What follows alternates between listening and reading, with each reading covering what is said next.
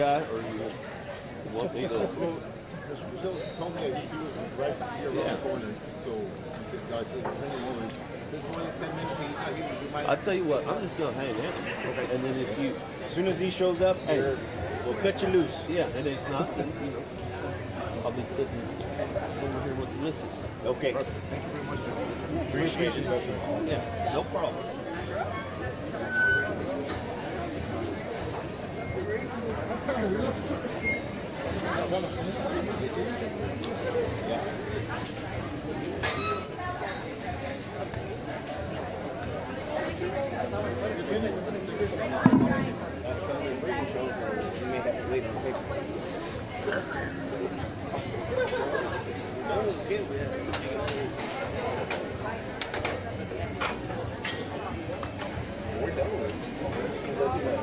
All right, we're fixing to have our out-of-county show. If we can, these animals, please come forward.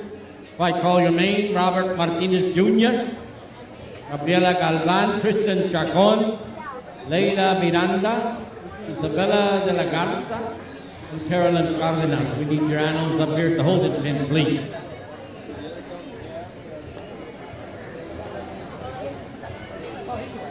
We want to go ahead and thank our SIF judge who did our SIF duties for us this morning, Mr. Brandon Pfizer. Thank you, Brandon, for coming down and helping us with our SIF duties today. He did a great job. I like the way he went and explained to each one of the kids why he was classifying the way he did. He explained to them why they needed to be a certain way in order to classify to be in a certain class. So we thank Brandon for all his hard work working with our kids this morning here at the Swine Stick. Fixing to start our judging here for the day here in just a little bit. We should have about 5 animals that are going to be going on to either San Antonio, Houston stock shows, Austin, maybe even Fort Worth next week because that's already started. The big stock shows have already started here in the state of Texas. But these animals are probably going to be going on to the bigger major shows. But we're going to give them an opportunity to come and step into the ring here today and show their animals to our judge, and he can evaluate them and see where they're at, maybe see what they need to do in order to get these animals ready for the big show in a couple of weeks. We'll get them all put into the holding pen, and then we'll bring them out here in just a minute. Let's put them in a pen. Let's go to there's 5 of them. So we should have 5 of them, Pony. Let's get them in a holding pen, then we'll bring them out.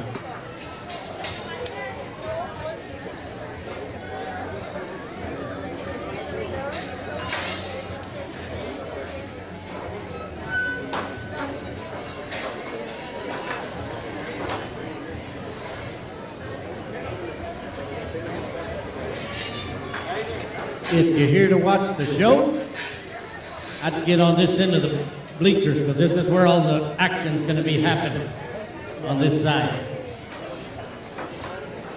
We welcome you to the 2023 edition of the Maverick County Junior Livestock Show, Day 3 here at the show barn, as we have Swine Day here at the barn.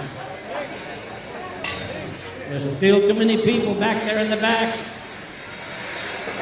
Let's make some room so we can move animals. We're fixing to start moving animals. So if we can, please, just one person with the exhibitor at each pen. So just one helper with each exhibitor at the pen. So we can try to keep the traffic down and not everybody be crowded back there and get somebody hurt. So please, let's try to help us out and keep the traffic to a minimum in the alleyway. Plenty of room in the bleachers up here to get you a good spot. Thank you.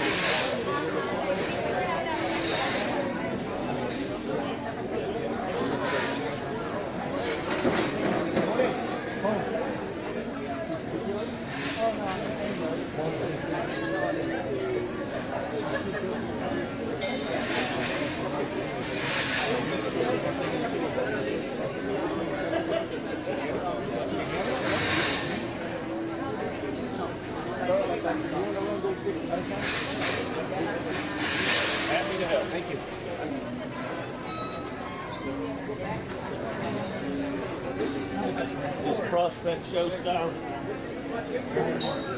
Because they're all different breeds and stuff. So where do we want to start at? Right here. All right, we're fixing to start our county show here. We're going to bring them out one at a time. Our SIF judge, Mr. Pfizer, is going to help us out with our breeding, with our out-of-county animals right quick. We thank him. This is Christian Chacon.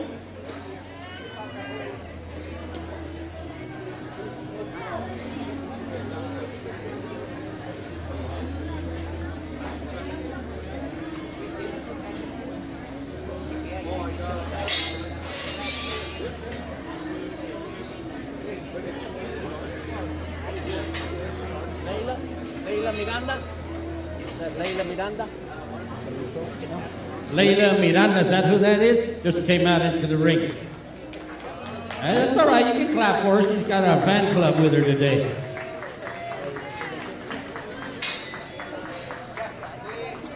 Gabriela Galvan. And her animals, they come out into the ring.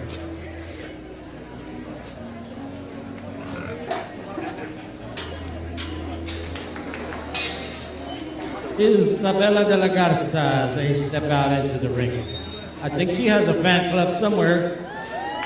There we go.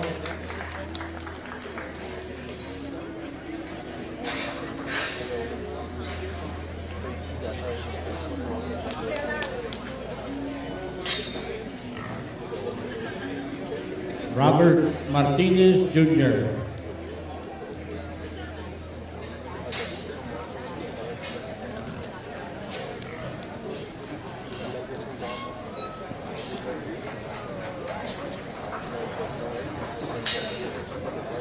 And finally, our senior, Miss Carolyn Cardenas, showing her last out-of-county animal.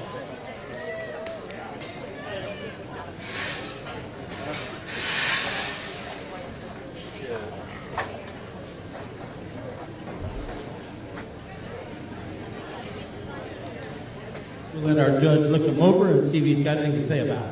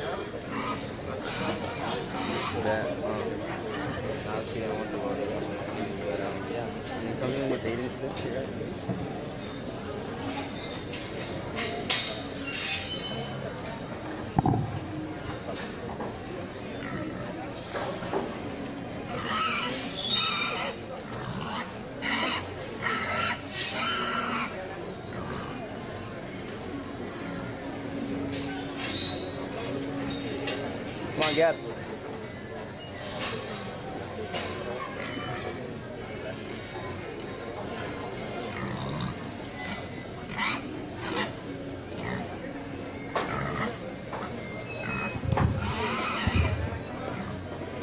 Well, it's a pleasure to work with your youngsters this morning, and didn't realize it was going to step in here for an evaluation, but that's one of the things that I look for young fellows and Livestock. So thank you for making the opportunity, and I'm happy to help. I look at this class as a more of a promising style. Not going to talk as much about these hogs in regards to, weight, market, terminal, endpoint, things of that nature, as much as what I'll talk to you about their build. And I can tell you, as these hogs came through classifying, the young lady's blue bear over here, he hit me probably as hard as anything throughout the entire entire SIP process. As you study this barrow, he exemplifies what you look for in just any kind of livestock, especially a market quality. You study that one from the ground up, and he's squared, he's pliable. By that I mean that he comes and goes out on the corners, yet he has flex and reach off both ends of his skeleton. He coordinates out of his hip and his hog and his pastern, as well as he does from the top of his blade down to his knee and his front pastern. Extremely elevated at the top of his shoulders, he's dead level. As you study him down his top line, has a great big forerib as you study him coming out of his blade in terms of depth and shape, and he carries that with so much mass up high and so much power when he leaves you. Just one that's got all the pieces and parts put together, just an incredibly good package. I think maybe there's a little give and take between second and third. The young lady's white belted bear and the young man's Chester. They're just a little different. They're type and kind. If you put the two of them together, and we can let that third place Chester out, you put the two of them together, and then you get what our class winner is. We've got meat and potatoes here, and that's why I offer this bear in the second. There's more width, there's more mass, there's more product. He's busted open more from end to end, from chest floor back through his stifle than what is the Chester. The Chester has more look, more elevation, more extension. He gets just a little bit flatter in his build in terms of his rib cage, a little bit narrower at the ground. Now that's not to call him light muscle. He's not that, just not quite the extra width and extra power. If you wanted to flip-flop that pair around ringside, I certainly wouldn't disagree with you. You kind of have to throw your hat one ring or the other because they are so polar opposite, but both of them bring a lot of good to the table. We get into a pair of Berkshires. Yes, for me, the difference in that pair is just a little more substance, and a little more power, a little more shape. In the young man's barrow, I read him being a little heavier footed and heavier skeleton. I see a little crisper top shape in him, a little more shape, dimension, punch, and power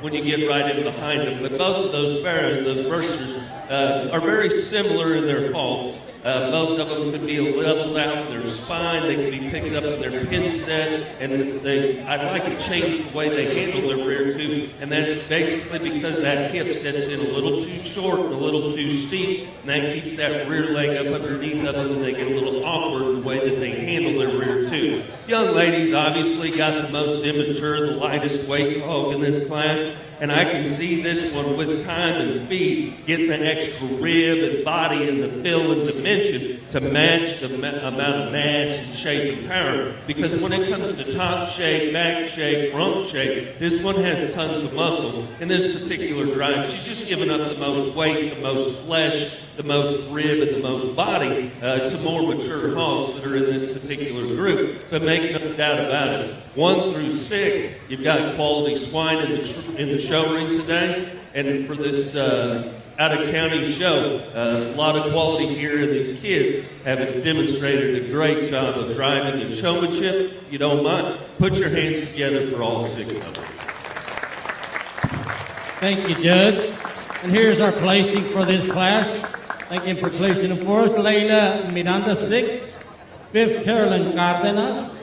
4th, Tristan Chacon. 3rd, Robert Martinez. 2nd, Isabella de la Garza. And your class winner, Gabriela Galvan. Let's give them all a big hand once again. Our out-of-county animals. They'll be going on to a big show, either San Antonio, Houston, Austin, somewhere else. So we wish them all good luck.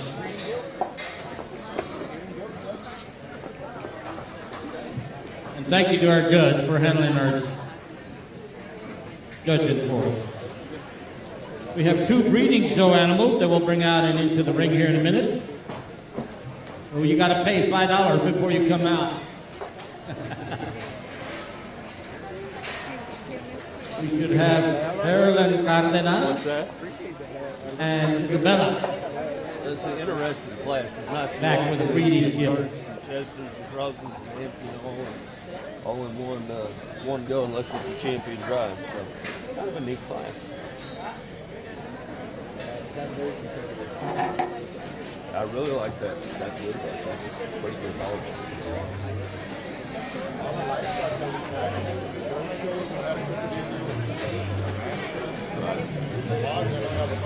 want to thank the Livestock Committee and the Swine Superintendent, Mr. Tony Esqueda, Tony Mejia, Jennifer Polanco, Jenny, and Dennis Polanco, and Jonathan Shaggy Nava as the assistant. Chris Polanco, who else was helping out back there? Sergio Sanchez, back there yelling at people. John, Demetrio Mejia, everybody, thank y'all for helping out back there in the back. We appreciate it. Mr. Barfield, thank the extra superintendent, John De Luna over there, taking care of the table for us. De Leon, I'm sorry.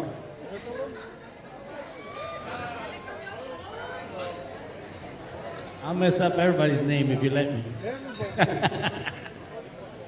See you now. All right, out of county, breeding guilds. Let's bring them on in. Isabella de la Garza and her guild. And we should have Carolyn Cardenas making her final breeding show appearance at the 2023 Maverick County Junior Livestock Show. So just two of them? They won't be the judge these also? Yes, these are going to be your breeding.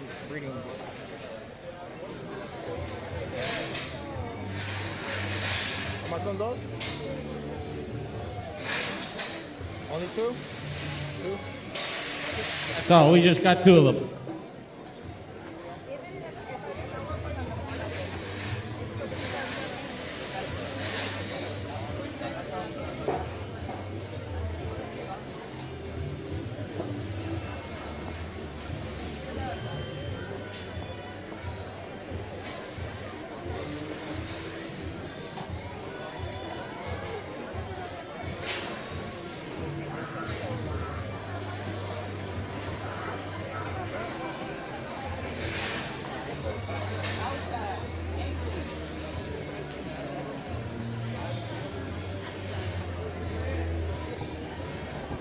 Here's our first breeding animals. They step into the ring. Miss Carolyn Cardenas.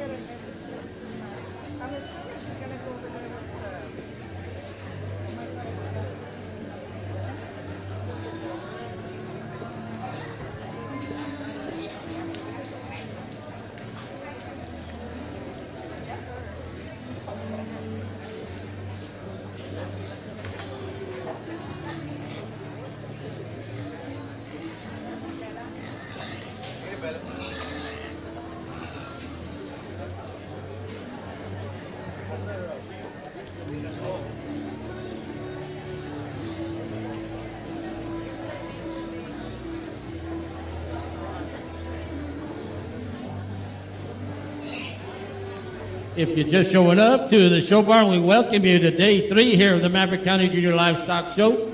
Our swine show, that's what's happening. We're in the process of judging our breeding guilds. We got a couple of breeding animals that are here. They're being shown. They are being raised in order to raise more pigs, more stock show pigs. We'll let our judge look these two over and see what he's got to say about them here in just a minute.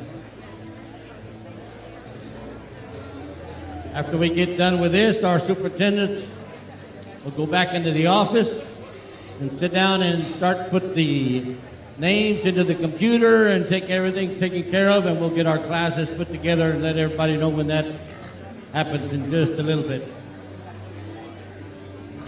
Wrap up our breeding show right quick, and then we'll get to the fun stuff here in a little while.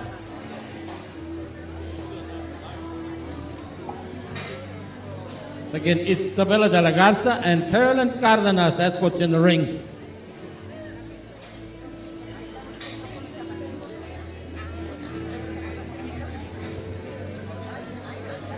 Well, the worst possible scenario for either of these young ladies is to walk out of here with the Reserve Grand Champion breeding guild. So both of them, when you get down to it, are deserving. That we've got quality breeding females out here. And your selection criteria has to change a little bit. Ultimately, industry has become, the show pig industry has become an industry in and to itself. There's not much practicality in terms of talking about commercial production. So, show ring traits are very important when we start talking about a breeding female, but yet they still have to accomplish those fundamentals of what a breeding female has to do, and that's to, one, breed, but lay down, have pigs, raise pigs, and be able to repeat that process. Or otherwise, a youngster's profitability will go down the drain by the time you put all the feed and the time and the work and the effort into that project if the female's not capable of that. So we've got to mesh the two together. Both these gilts bring a whole lot of good to the table. I'm going to opt to use the young lady's Hampshire for champion today. And where I like her better than the young lady's Berkshire female is just in terms of ruggedness and stoutness of feature.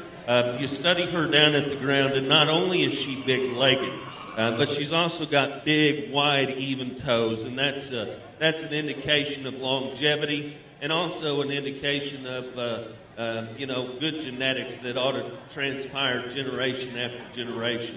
You study that one in motion. She's very long and extended from her shoulder blade forward, yet she has a stout head and skull, a very attractive front end. Where I'd like to change that gilt is she gets just a little bit higher in the center of her spine in relation to the top of her shoulder and how she wants to hinge out of her hip. And that's being ever so critical on a subtle detail.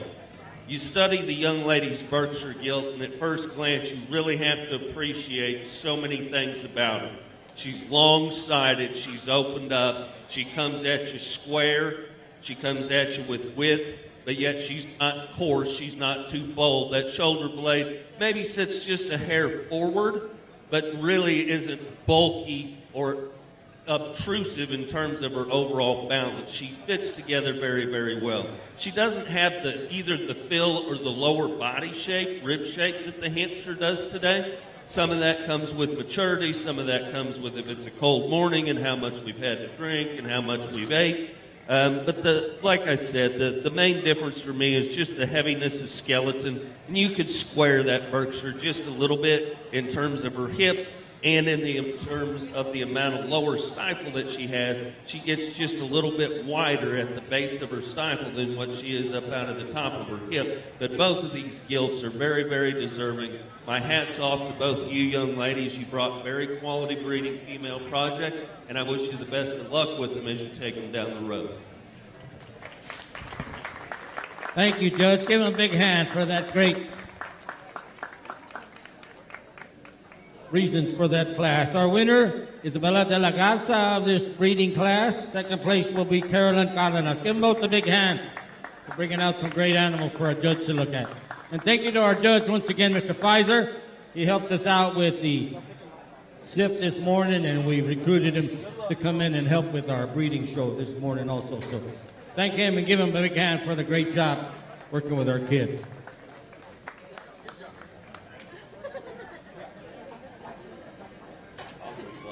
All right, folks, we're going to take a few minutes now. Let our superintendents, Mr. Esqueda, Mr. Mejia, and Ms. Polanco go back in the back, and they'll go sit down at the table and computer and start putting our classes together for this afternoon's program. Thank you for being here with us once again as we have Swine Day here at the show barn. That's what's going to be happening. You got time to go get you a burger, get you a hot, fresh turkey leg, come around, see our vendors. They've got snacks and candies over here behind the bleachers at M's Creations. Cactus Flower, M's Candies. The Lions Club is here. Buyer's gifts. Okay, they've got buyer's gifts. If you want to get a jump on getting a gift for the buyers on Saturday, we have arrangements ready to. We have a coffee shop over here in the corner next to our hat shop. Got a lady painting your hats. You want that special one-of-a-kind custom hat?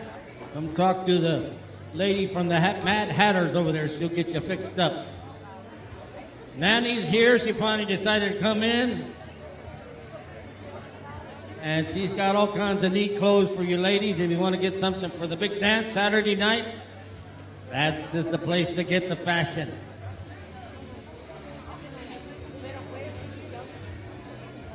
All kinds of jewelry, earrings,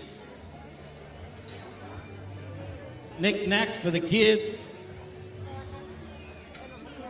Thank you everybody for being here with us as we celebrate another year here of our stock show. Close to 70 years that the stock show has been here in Maverick County. So you're part of history when you come and participate and be with us today, each day. So we thank you.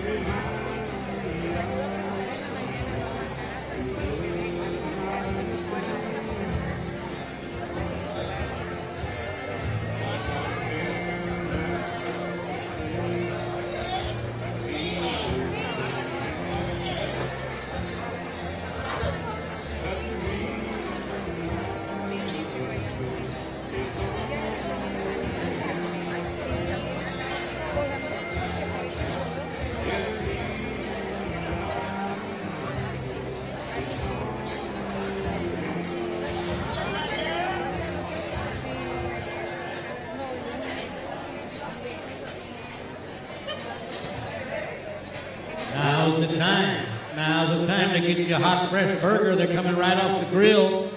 If you hadn't had lunch yet, better get you something to eat before we get started with our judging here in just a little bit.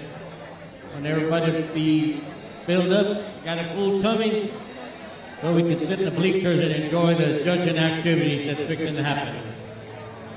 Swine show, that's what we're doing today at the show. Tomorrow on day number 3 of our Maverick County Junior Livestock Show. We started the day on Tuesday with our rabbits and our poultry show. On Tuesday morning, made the selection of all the big winners in those categories. And then we had our goats come in the morning, got them registered and sifted through all that, taken care of. And then we had our goat show Tuesday afternoon. Hey, for a long day, but we got it done by about 5:30, 6 o'clock. And yesterday, we had our lamb show. Our sheep came in. We had about 55, 56 sheep come through the scale. We put together 9 big classes, and then we made a selection of all the winners in those categories. And then yesterday evening, at the end of the night, we made the selection of the grand champion lamb for the 2023 Maverick County Junior Livestock Show. That champion was Rylan Wall. She was the grand champion for this year's stock show. So we congratulate her.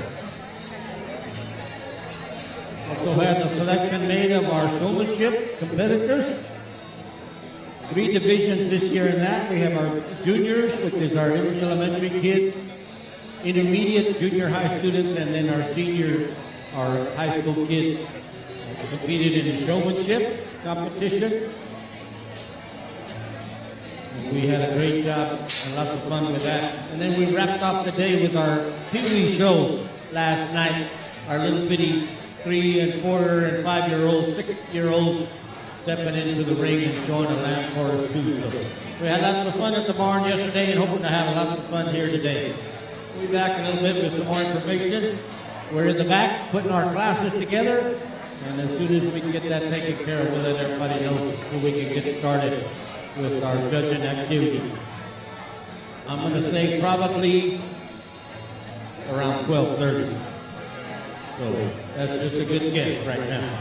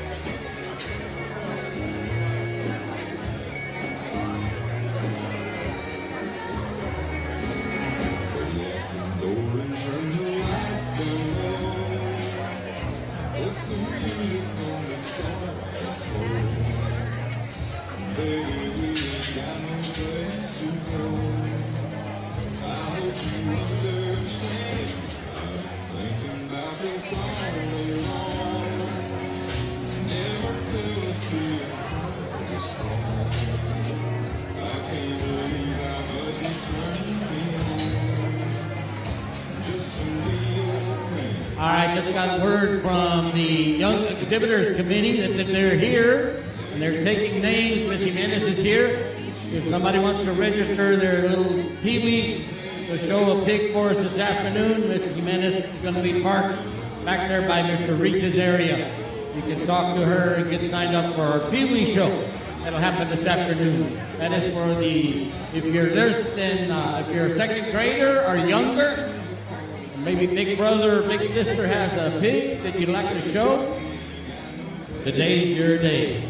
Go get yourself signed up with Ms. Jimenez in the back, and we'll have our peewee show this afternoon. This is for our little bitty ones that want to get out in the ring and strut their stuff just like big brother or big sister. So today's your day if you want to try to do it. Talk to mom and get you signed up. Back there in the back, sir. Back there, back. Young exhibitors. Talk to Mrs. Menes. You should have a table set up back there. That'll happen this afternoon, probably at the end of the day.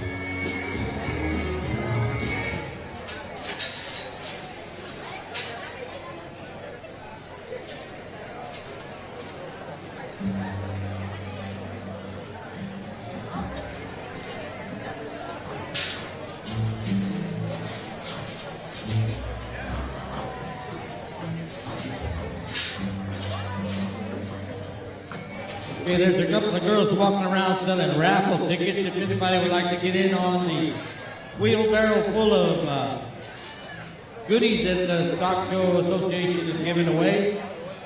$5 per ticket, 5 for 20. It's a whole wheelbarrow full of all kinds of snacks, bottles, wine, all kinds of good stuff. If I could get a raffle ticket, there's a couple of girls walking around. Talk to them. $5 per ticket or 5 for 20. So that's the way to go. Got 20 bucks in your pocket. It's about $200 worth of liquor and snacks and bottles, goodies. So it's a good deal if you can be the winner.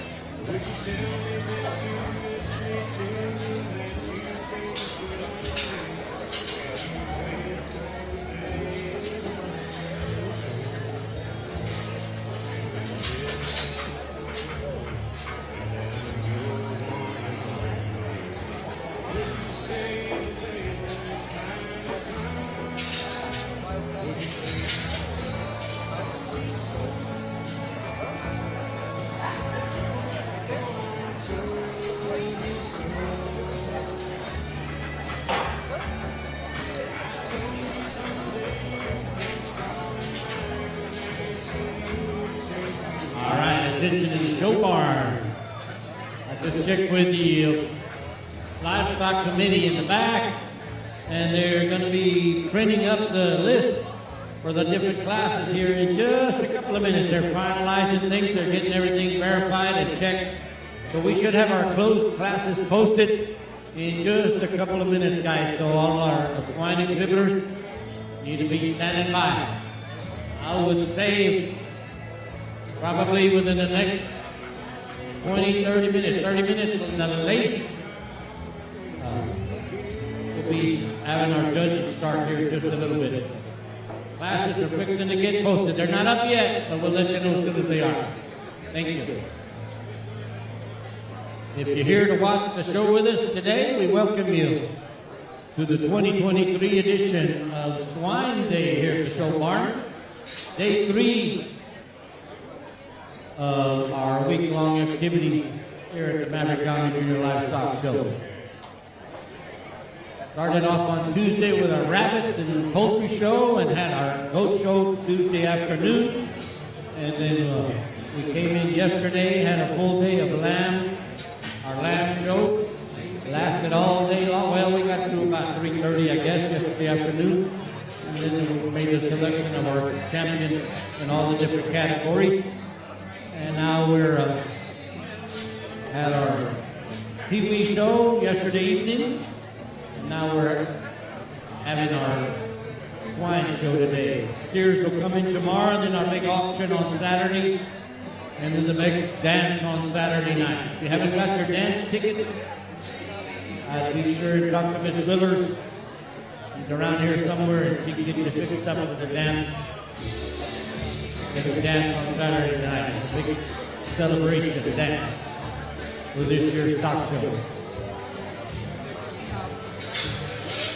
So we still got a few minutes before we get started. It's the perfect time to get over there and get you a burger, get you some cheesy nachos or some corn in a cup, sausage wrap, turkey legs, all kinds of goodies over there. Get yourself something to eat before we get started with our program. All that money we raise in the concession stand goes back to the kids and the projects that they have throughout the year, different contests that they go to. judging contests and other stock shows that they go through. All that money that we raise out of the concession stand goes to help out our kids as they go down the road to other activities. So we thank you for helping us support our show. Over close to 70 years that our stock show has been here in Maverick County. So a lot of us have been here around a long time. I've been coming to this show since 1979 when I started coming to the stock show here in Maverick County. And but that makes it for a long time. We've seen it grow from down there by the bank on the sidewalk in the parking lot to the bridge down there, the parking lot and the bridge, and then they finally built us a building in the late 60s. We got a barn put up down there in front of the Multi-Pepper Center, in front of bridge number 2. I don't know if y'all remember that far back. Some of y'all might not, but your parents or your older brother or older sister might remember the old barn we used to have downtown. And from there, we moved to this facility that we're at today. And I think they were saying we've been here over 15 years. So we're already looking into building a newer, bigger, better barn on the outside of town for us to have our show in the years to come. So we've been around close to 70, and we're going to be around for 100. So we thank everybody for being part of our show and participating and contributing to our supporting our youth here in the community. So we thank you from the bottom of our hearts, especially the committee and the association. Classes are fixing to get posted. Not yet, guys. As soon as we get them up on the board, we'll let you know. Thank you.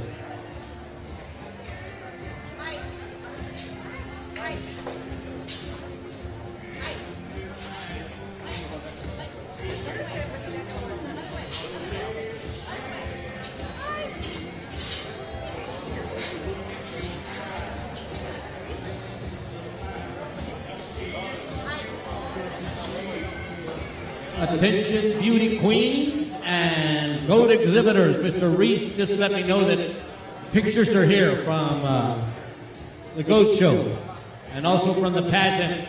If you ladies, young ladies and gentlemen that participated in the pageant, Mr. Reese took some beautiful pictures. I was looking at some of them that he took, and they're really, really nice. So please go by and see Mr. Reese. Is there a special family photo you'd like to take up while you're here at the show barn? Talk to him, he'll get you fixed up. And you can take a photo. Recuerdo de aquí del stock show. Pageant pictures and goat show pictures. All right. And also the FFA students are selling t-shirts, $20, right, Jenny? Beautiful blue shirt. A tasty cash app, she says. So you got it? Yeah, nice shirt. Anybody wants one? They're $20, pretty good deal.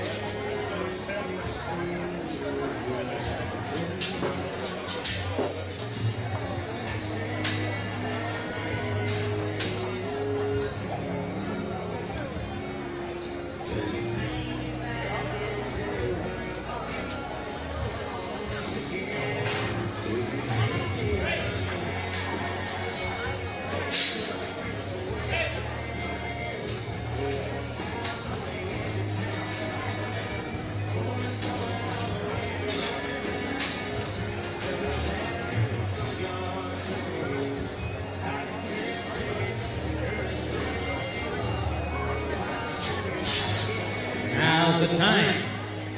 Now is the time to get your hot, fresh hamburger out of the concession stand.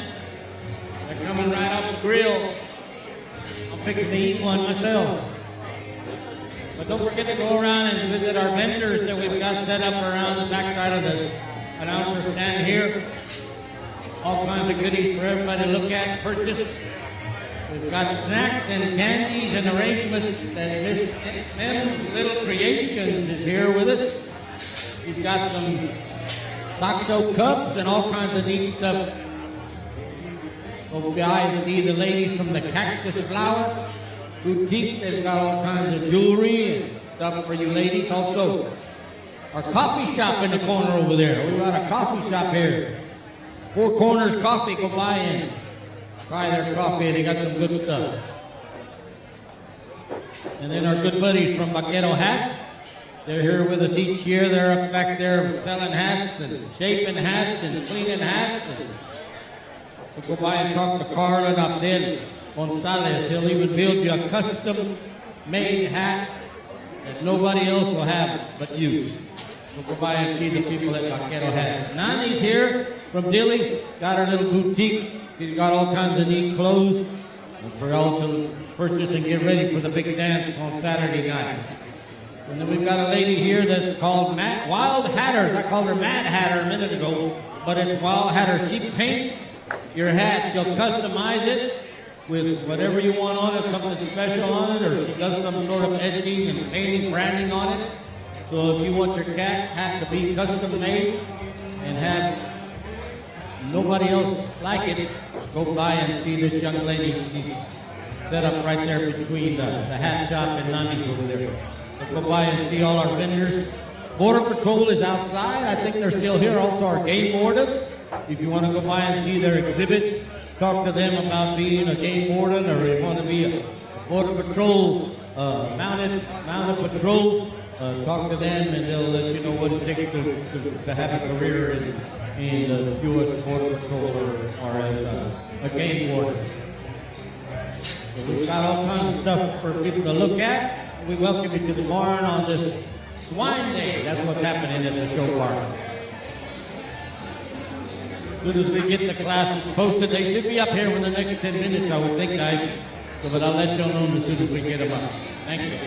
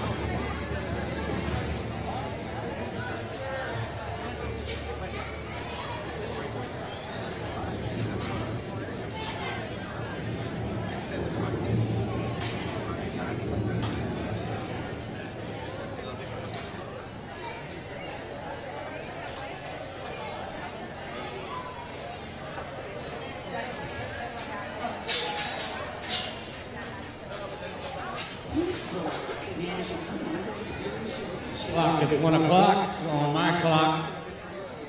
And we're still waiting on the classes to be posted, so we've got a few minutes, guys, before we get started.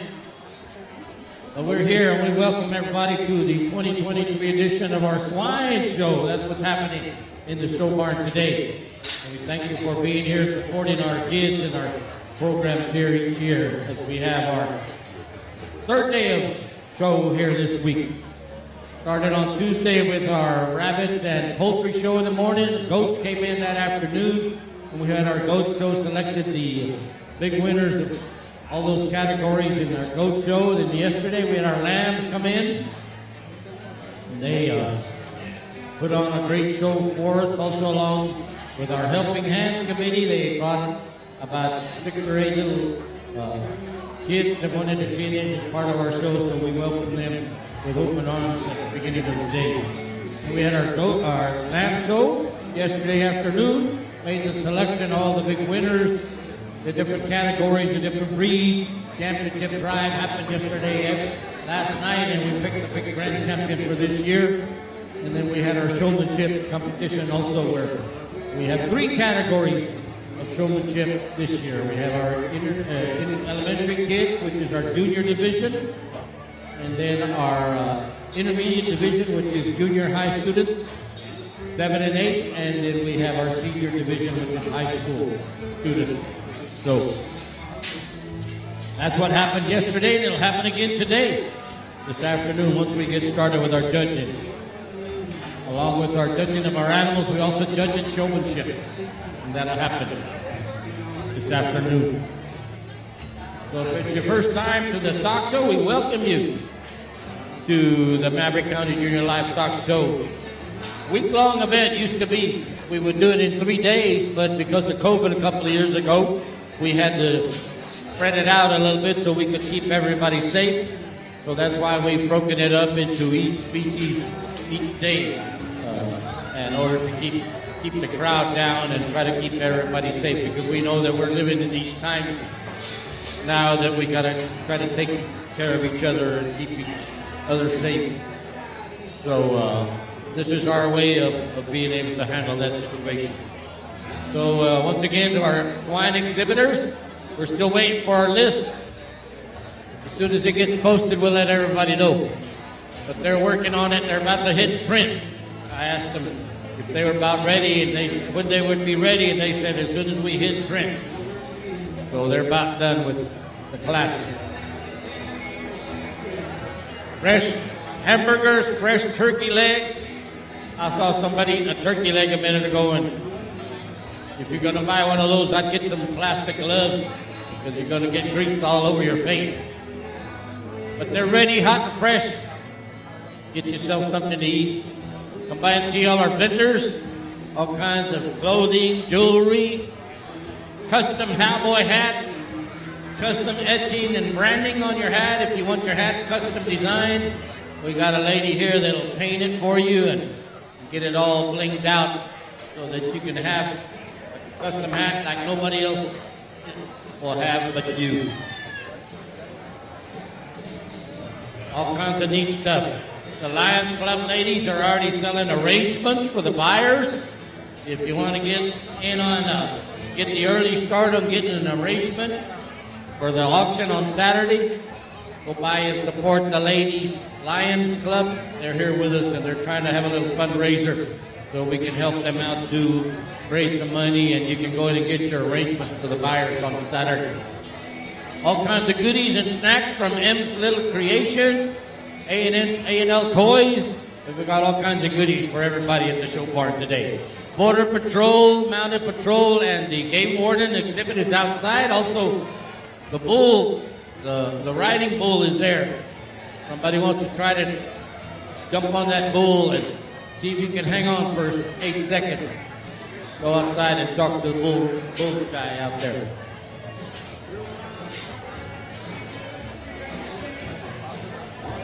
Once again, just welcome everybody. Say good morning, buenos dias, and welcome to Swine Day here at the show barn.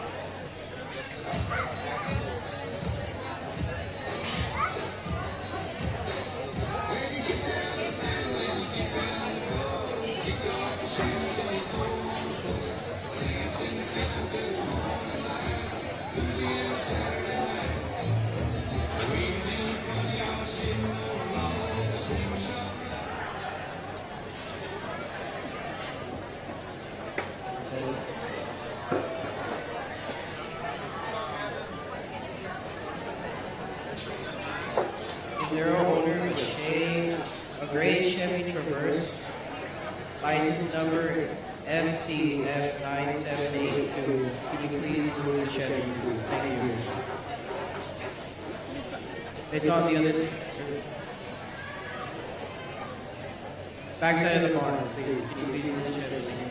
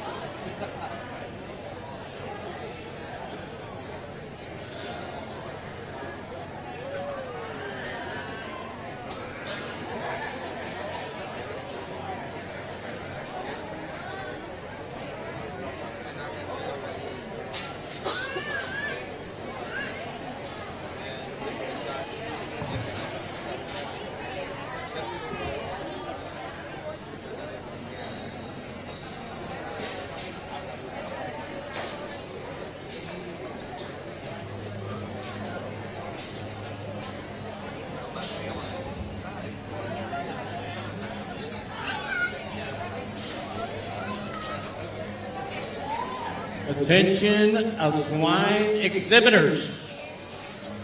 They are fixing to post the classes. So you might want to come check the board, yellow board here by the west gate entrance. Classes are about to get posted.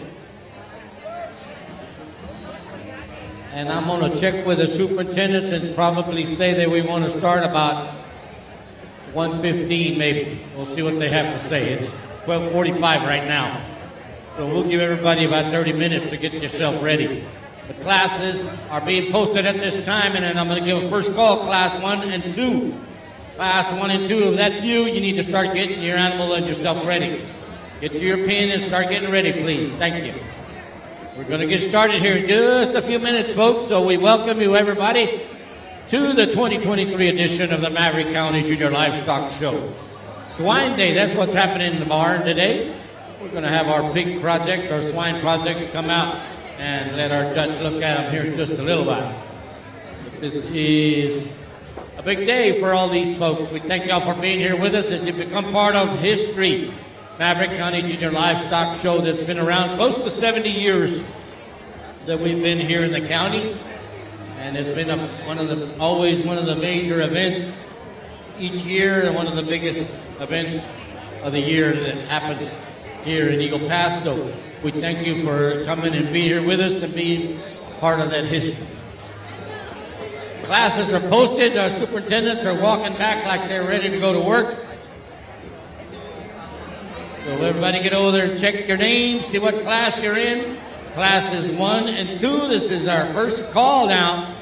As soon as you find out what class you're in, I'd go start getting ready. Because we're going to probably start Pony 12, 1:15, okay, 30 minutes from now? All right, we're going to start at 1:15.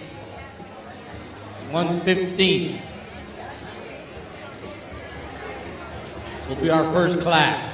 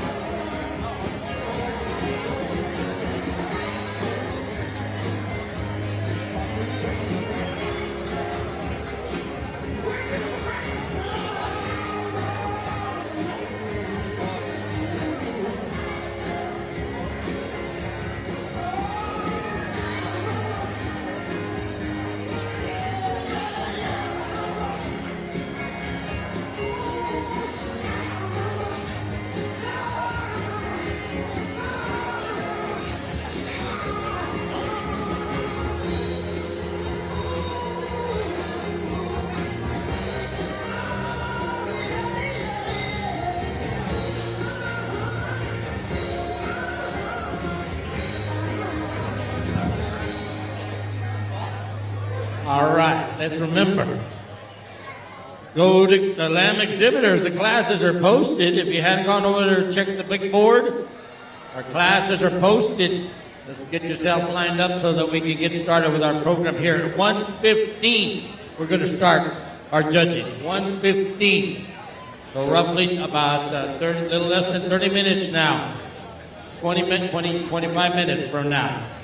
We'll be starting our first class. So I'm going to give a second call now. Second call, classes 1 and 2. You should be with your animals getting ready. And we're going to need to start clearing people out of the alleyways too. I know everybody wants to be back there as we get ready to show. But let's try to get all the extra people out of the swine area, please. Plenty of room in the bleachers up here up front. Get you a good spot. So this is where it's all going to be happening, right here in front of the announcer stand. So come get you a spot in the bleachers. And get it now while you can, because it's going to fill up here in a minute. But our swine show is fixing to start. Classes 1 and 2, second call. Classes 3 and 4, first call. Class 3 and 4, you need to be getting ready. We should have like 9 classes, I think. 9 or 10 classes. So we're going to get going and going. How many? 12 classes. Oh my goodness. All right.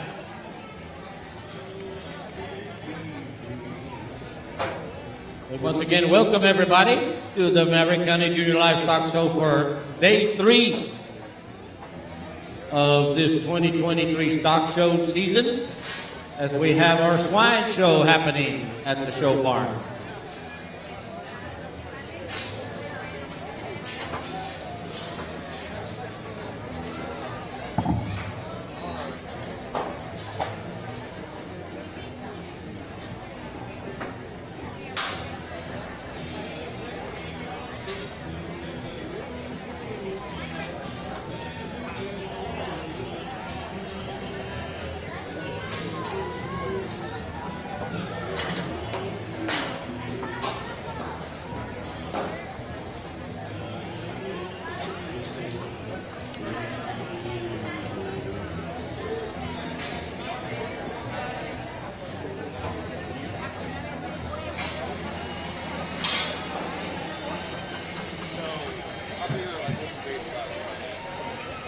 Okay, once again, classes 1 and 2, third call. Classes 1 and 2. Classes 3 and 4, second call. Second call, classes 3 and 4. 12 classes, 12 big classes we've got lined up for our pig show today. So we'll get our judge lined up. He's here, ready to go. Our superintendents have been all the hard work. 13 classes, okay, after we look at the schedule. We still got a few minutes. We'll start calling these first animals up into the show ring in here, just into the holding area in just a minute. Let's make sure everybody gets in over there and checks the board. See what class you're in. We're fixing to get started here in just about 10 minutes.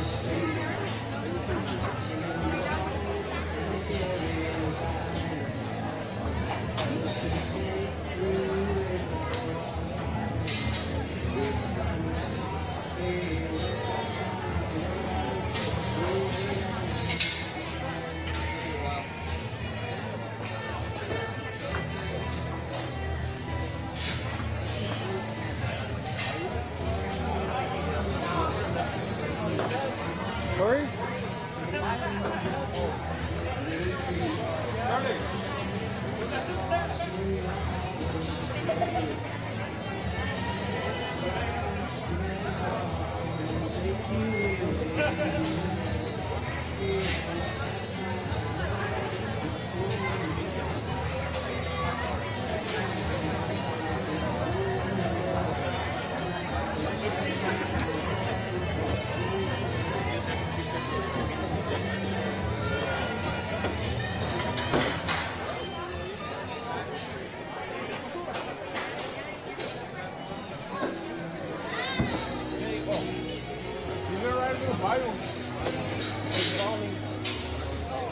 get that corner. If you see them coming this way, just move forward.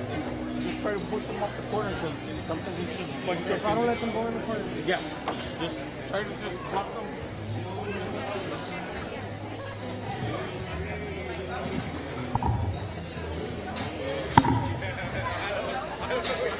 All right, ladies and gentlemen, we're getting closer. Y'all ready? Fixing to start our lamb show here in just a minute. We're getting everybody lined up. We want to make sure everybody gets to the board and checks the classes, see what classes you're in. So we're going to give everybody a minute or two to do that. And then our first class, we're fixing to call y'all up into the show ring.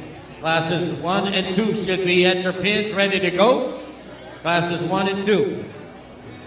We're fixing to call y'all forward so you can come up and get ready. All our exhibitors should be at their pins at this time, please. You should be ready. And let's try to get the extra people out of the alleyways. We only want one person. Where's the sheriff department guy? One person at each pin with the exhibitor. So let's get all the extra people out of the way so we don't get stepped on, or we can start moving these animals up and down the alleyway, please.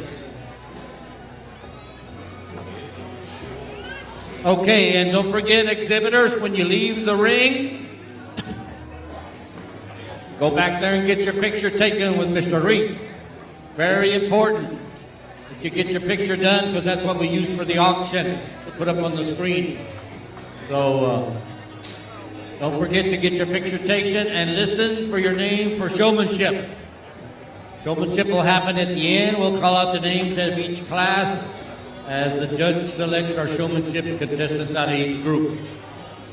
And, we're fixing to get it cranked up here, going here, folks. 13 big classes of hogs for us to look at, swine for us to look at today. And we're fixing to get started with that here in just a minute or two. Our superintendents are getting all lined up, squared away. We've got a whole team of them.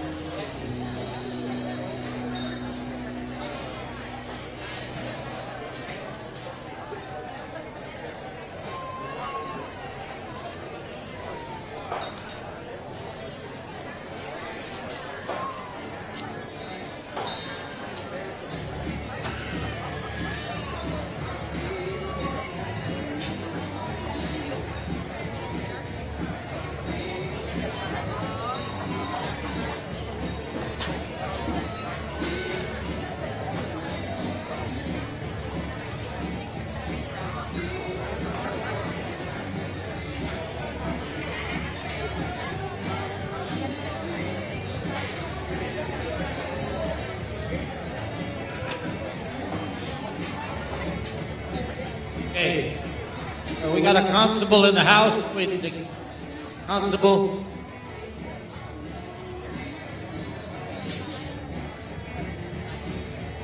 All right, we're fixing to start, folks.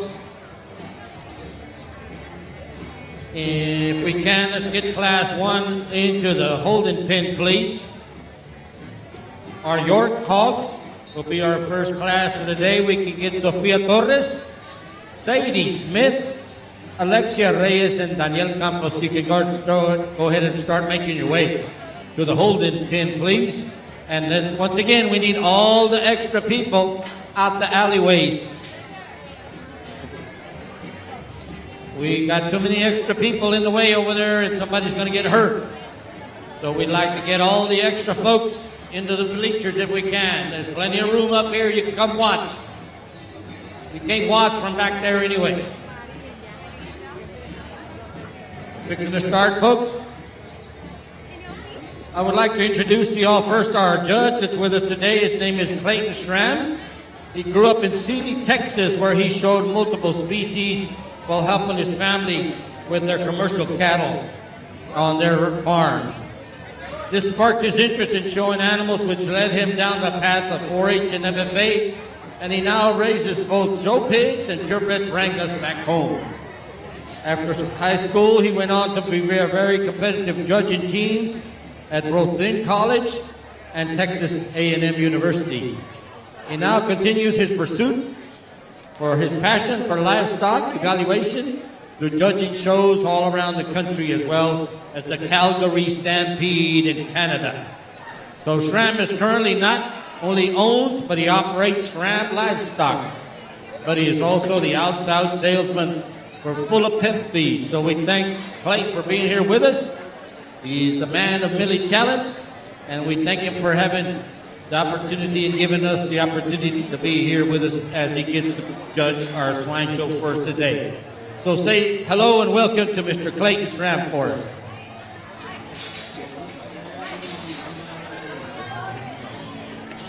Sofia Torres, we still need you, Class 1. Sofia Torres, Sadie Smith, Alexia Reyes, and Daniel Campos. That's your first four. You need to be in the pen. We're fixing to start without you.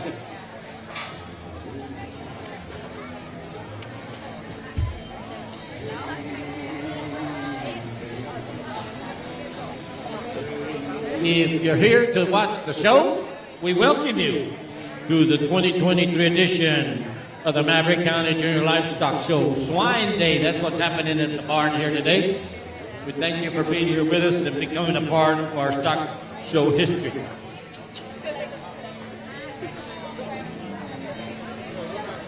This is class number 1, our York hogs.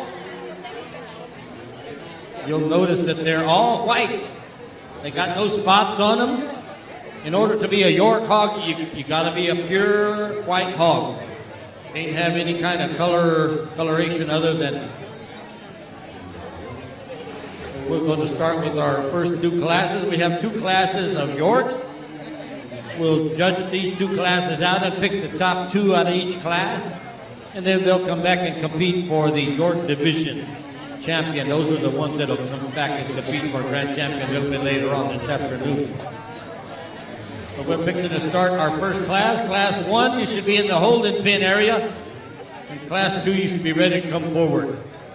Right now, we should have Sofia Torres, Sadie Smith, Alexia Reyes, and Daniel Campos. Now we're going to bring them on in. Let's go. Rock and roll time, folks. Here they come.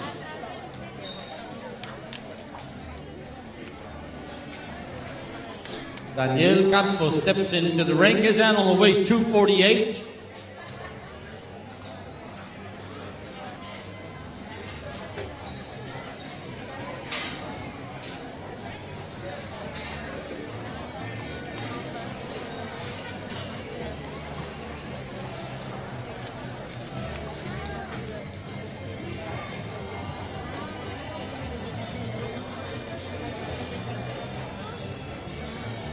Sadie Smith, her animal weighs 269. We should have Sofia Torres also in there, 289 is her weight. This could be 218, I'm sorry. And Alexia Reyes, her animal comes into the ring and her animal weighs 234 pounds. Class number 1 of our York breed. That's what we're watching.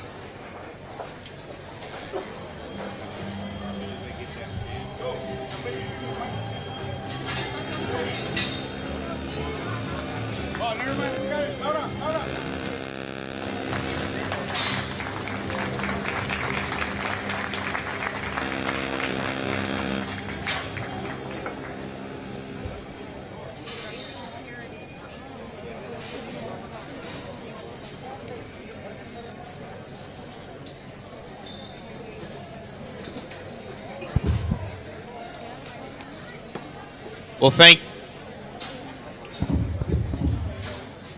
want to start off by saying thank you all for having me back out again this year to get to sort through your market hogs, and I think we can get it kicked off on a very, very good note. The young lady the furthest from me showing the guilt over there is going to end up being our class winner, and I'll be honest, out the gate probably wins for me pretty quickly. To me, she's going to very, very easily put together the most good comparative to the other 4 hogs, or 3 hogs, excuse me, that are out here. When you talk about chest width, body shape, a very, very fresh turn of just muscle over their top, and the same advantage is when they leave you, she does that. And then does it from the side with a very, very good look in terms of just her attractiveness and the way she's put together in her profile. The decision's a little bit closer between second and third, but if you watch the hogs come and go away from you, the young lady's hog that's getting up in second, it's got more skeletal width, has more turn and shape to its body. When you get right on top of the hogs, I think that one's got a more genuine dimension from blade to hip. The young man that's going to be in third, that's a hog that I think you're very appreciative of from the side. He's big in his kind, he's elevated, he's pretty stout in terms of his bone work, but both right to the gate, and then as I continue to study the hogs, coming at you, he's too closed up in his chest. Leaving you, I want to stouten him up out of his hip. I want to give him more width and power there through his stifle and down through his lower limb.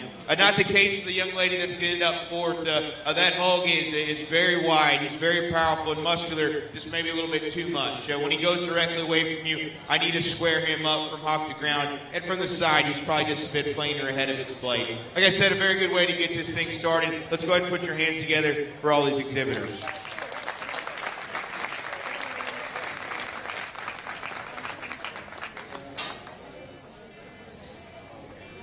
Fourth is Sadie Smith. Third, Daniel Campos. Second, Alexia Reyes. And your class winner, Sofia Torres. Jimmy!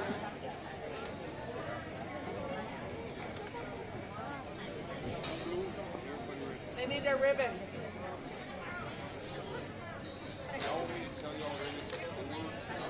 We'll put the first 2 in the pen, and we'll save them for the York Creek division.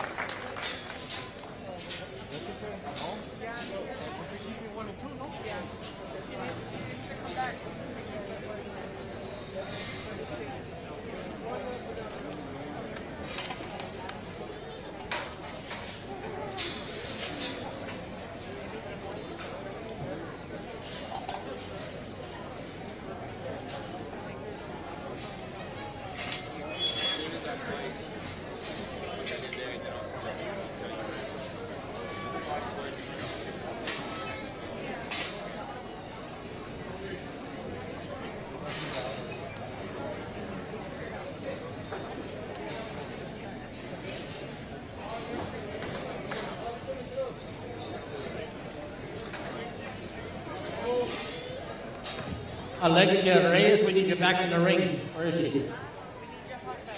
Bring your hog. We're gonna bring you. You got it? Yep, I'll bring it. Yeah.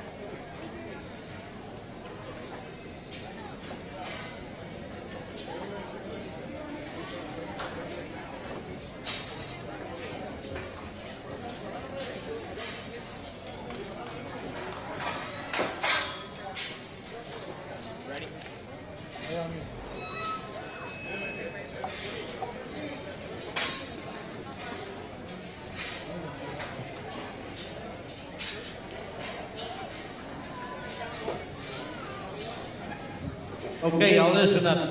Showmanship out of Class 1 will be Sofia Torres. She's the only one. Sofia Torres. We'll give her a round of applause.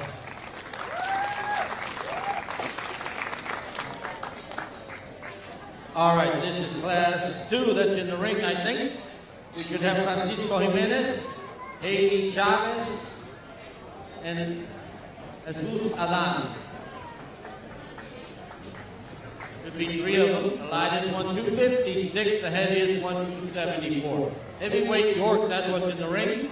We'll work this class, pick the top 2, and they'll be the ones to compete for the York to be Division 3 champion here in just a minute.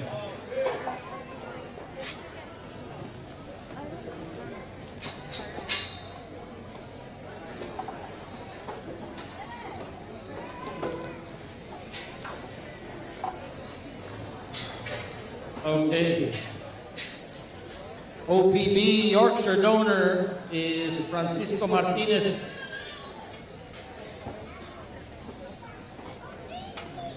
And the family, are you here? Okay. River, I think Cassie's mom, she's over there. I know, I saw her.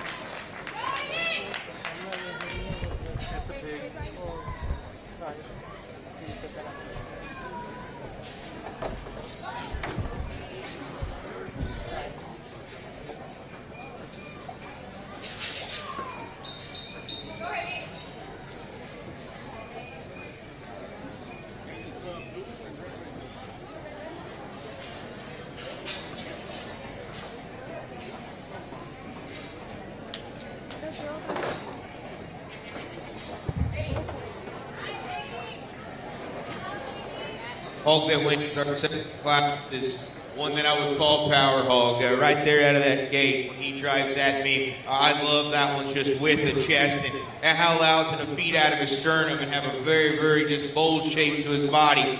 So when you can get on top of him, it sets a foundation for a tremendous amount of turn from his blade back over his loin. From the side, I think he fits together with balance.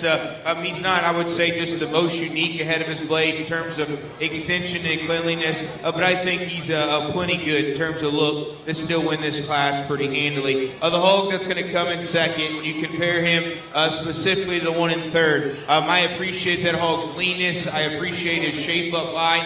He's a hog that I think from the side still fits together with balance, but comparative to our class winner coming at you, he's not near as wide in his chest. I don't think he's as powerful when he goes directly away from you. The hog that's going to come in third is big, he's deep and soft in terms of his center body. I appreciate that about him. He gives you a productive look. To me, he's starting to push a little extra condition. It's making me question how much of his width up high is real. I want to make him just a bit leaner and just a bit more shapy when you get right on top of him.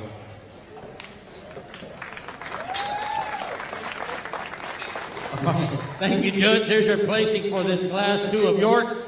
Our heavyweight Yorks, our third place is Adan Jesus Adan.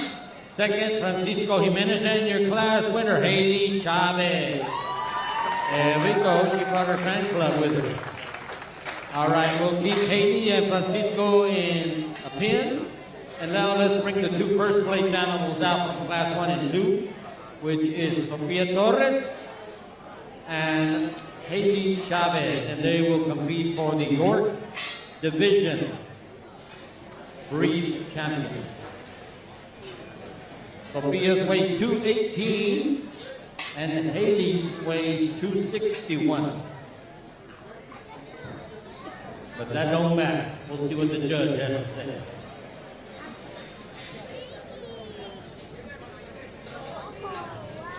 These are our two first place animals from class 1 and 2. And they get the pleasure of competing for our championship drive in this York division.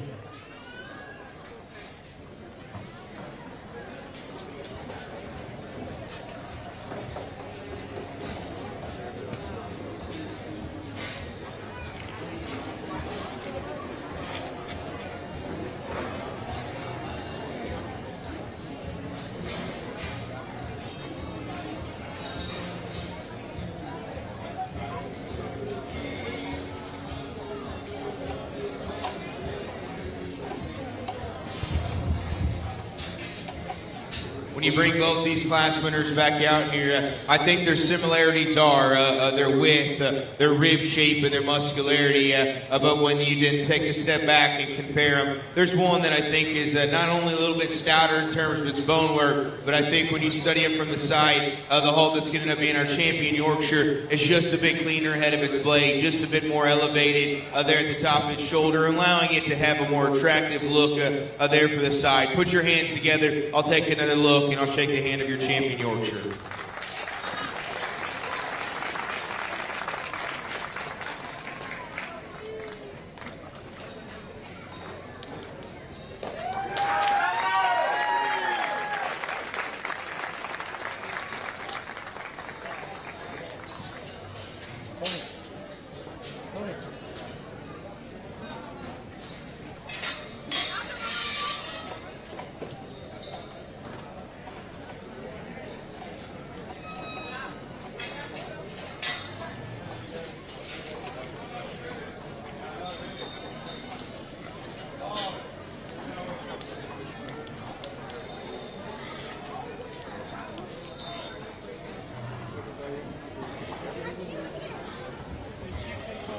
Ring second behind the champion. I think he deserves his respect. He was behind a very good one. I still like that one's body and dimension up high, but he doesn't get even close to matching the chest width, the stoutness and width going away that the other class winner has, the young lady out of class 2 Big Reserve.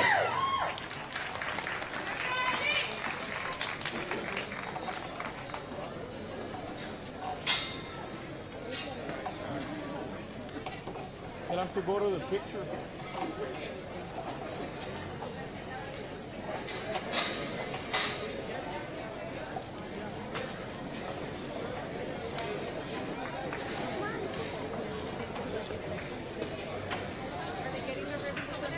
Your York breed champion once again was Reserve Haiti Chavez, and your breed champion Sofia Torres. They'll be the two that'll come back and compete for grand champion a little later on this afternoon. We can bring them over here so we can get pictures taken. Where are they going to take pictures at? In the back? Okay. No? Well, somebody's staying over there, somebody's staying here. So we all make up your mind. In the back, better. Be better in the back.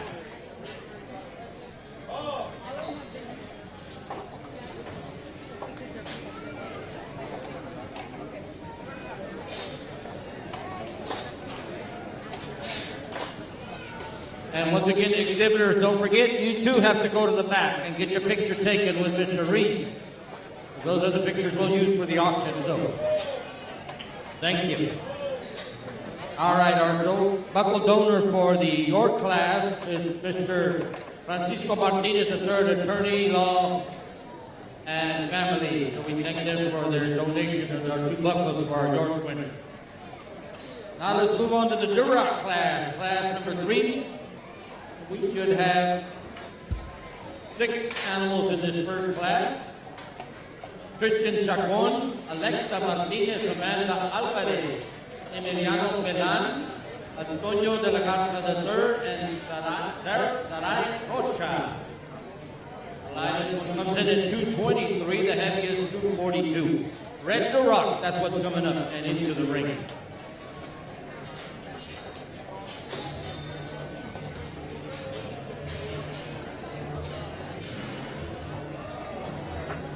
Showmanship out of Class 2, Francisco Jimenez and Hailey Chavez. Francisco and Hailey will come back for showmanship later on in the intermediate division. From Class 1, Sofia Torres was the only one. She'll come back also in intermediate division. Class number 3 of 13 classes for us to look at today as we start our hog show here in the show barn this afternoon. Our red hogs are fixing to come into the ring. These are called Duroc. You get down and look at these hogs as they come out to the ring. You'll notice things are a little bit different about each one of the breeds. Besides their color, there are different characteristics that each breed has, and I know Judge will be talking about that as he explains, gives his reasons on why he fixed the pig the way he did. But we thank our judge once again for being here with us. Came all the way from Sealy, Texas, over there where it rains about every other day.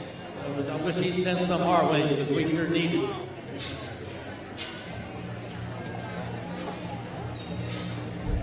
But we thank him for being here with us. Comes to us from many years of experience of judging shows.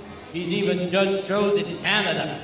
So we can say that we have an international judge here with us today.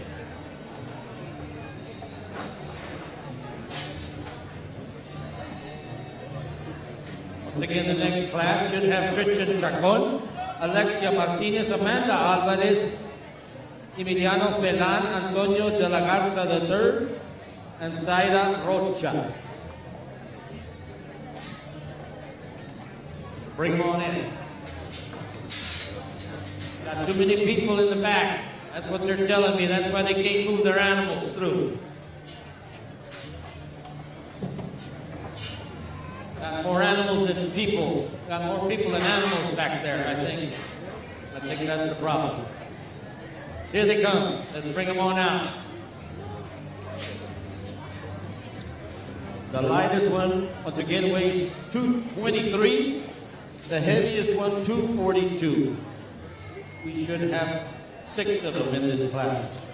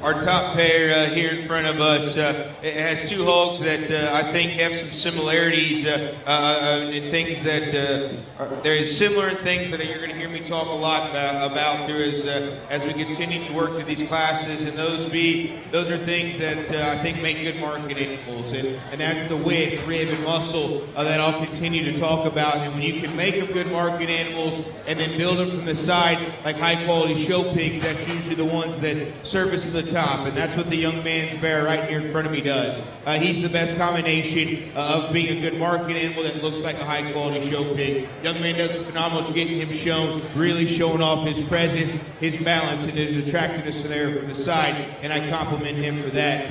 He ends up being our class winner. Now the young man's gilt that's going to end up coming in second, it's built just a bit wider there in the base of its chest. That holds maybe just a bit more shapely up high, but for all the mass that she has up high, we can make her just a bit stouter in her bone work, and then I just don't study that hog to be as tall there at the top of her shoulder, or as good the angle of it to allow her to get her head up and present herself with the same amount of quality that our class winner does. The young man that comes third match, just the boldness and softness there through the center part of his rib that the hogs in first and second do. He's a little bit more jammed up. He's a little shorter at his hip. He's a little bit frailer in terms of his bone, and when he goes away, I think we can make him square there from hock to ground. The hog that's going to come in third is big in his kind. He's late maturing. He's got some extension. He's putting shapely up high. Just gets a little bit, just needs to be put together a little bit better from the side in terms of his balance, his height to shoulder, and attractiveness.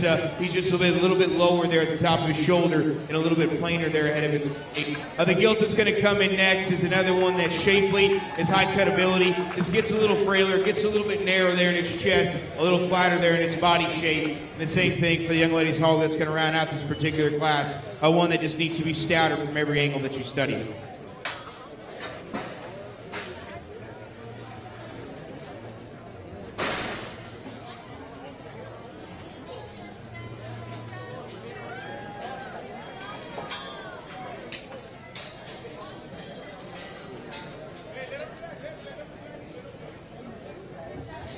Okay, thank you, Judge. Here's your placing for this Class 3 of our first class of Durocs.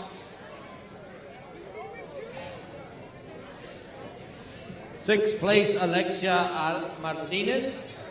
Fifth place, Amanda Alvarez. Fourth, Zaira Rocha. Third, Christian Chacon. Second, Antonio de la Garza. And your class winner, how about for Emiliano Pelan, your class winner? We'll keep Emiliano and second place, Antonio's hog, over here on this side of the pin. They'll come back and compete for Duroc champion here in Italy. Showmanship, listen out of this class, listen. Christian Chacon, senior division, and Emiliano Pelan, junior division. Those are your two showmanship contestants out of class 3. Here comes class 4s that bring them out. Looks like they're ready.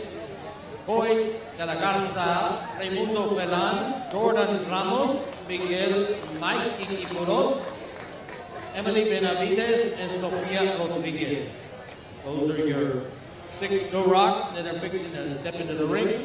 The lightest one is 246 pounds, and the heaviest one is our max limit of 275. So that's what we're looking at, our second class of Durocs. After we work this class, we'll pick the top 2, and then we'll pick out our first place animals from class 3, and we'll pick a red hog division, or Duroc hog division champion. I want to thank my friends from Mancita Ford and from Brown Chevrolet here with us this afternoon. Thank you guys for coming out and supporting our show always. You're always part of our show, big part of our show, and big contributors to our show, so we thank you guys for being here with us today. Day number 3 here at the show barn as we have our piggy show happening in the show ring at this time. Class 4 of 13, that's what we're looking at.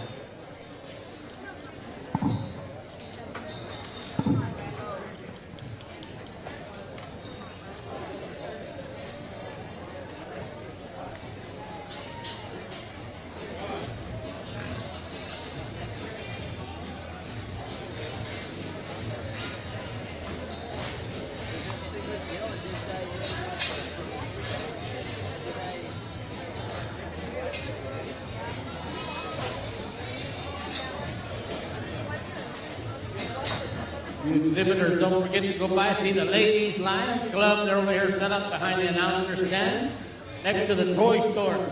They'll get you fixed up with an arrangement for the buyers for Saturday. They already got some arrangements for sale. If you're looking to get something to give to the buyers on Saturday, you can go ahead and get a jump on it and get yourself something from the Ladies Lions Club. They're got a little fundraiser going for them, so everybody gets the benefit when you purchase something from them. Thank them for being here with us today.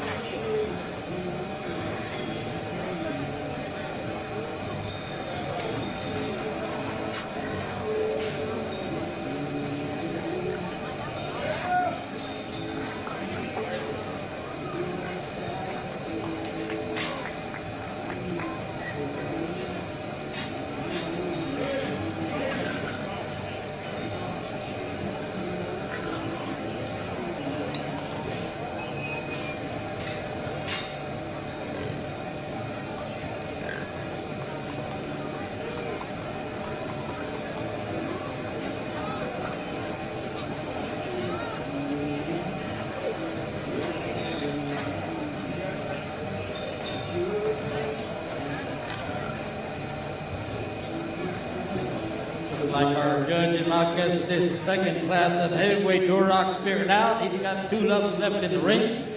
We'll let him welcome over one more time and see what he's got to say about him here in just a minute. This is our heavyweight Duroc. That's what we're watching. As soon as he gets these sorted out, we'll pick a Duroc division winner here in just a minute.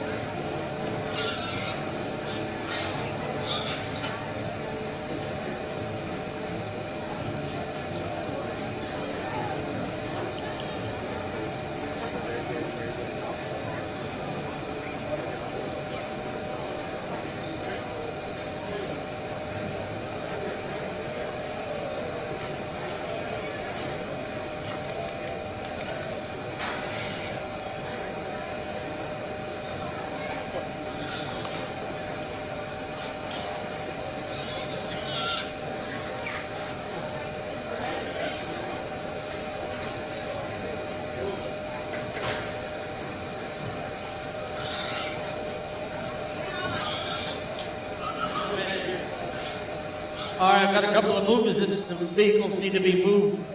Judge, if you'll give me a minute, I've got a white Dodge NYB 5522. Move it or lose it, the wrecker's on the way, and also there's a white Corvette. Somebody driving a white Corvette? It better not be you, is it? All right. But it's parked right here in front of the gate where the police have to go in and out. So I think you're parked in a bad spot. So...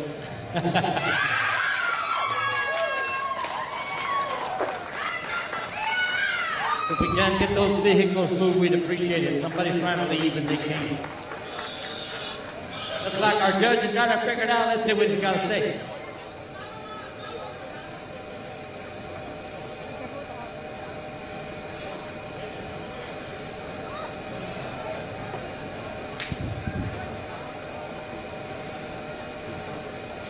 Obviously, with the time taken, I think it's close between first and second. I'll tell you, the time taken was not me trying to figure out what I think about each one of the hogs. I know exactly what I like about each one of them, but what I like is completely different. So I got to ask myself which kind do I want to go with, and I'll tell you, I'm always going to be quicker to gravitate to the stouter, the wider, the bolder made market hogs, and that ends up being the young lady's one hog that's going to be our class winner. Right out of that gate, that one is so stout in its skull, so big in its form and its blade. Its rib cage is absolutely massive, and it's very, very powerful whenever it goes directly away from you. Get off to the side of that one. Why do I not tie into him that much quicker? Where do we need him to be better? He does have just a little bit more there in his jowl that's making him just a tick plainer ahead of his blade. But like I've described some other class winners, he still fits together with balance. He still fits together with proportions. That's why he ends up being our class winner. Now, if your kind is sharper looking, you like a more elevated, more extended head of their blade, you could switch that pair. I wouldn't argue, because this young man's got a very, very high quality hog in second, and he does a good job getting him shown. But for me, comparative to our class winner, he does get just a bit flatter in terms of his body. He's not as dimensional when you get right on top of him or when he leaves you. That's a very, very good and close pair to go ahead and work up to the top of this class.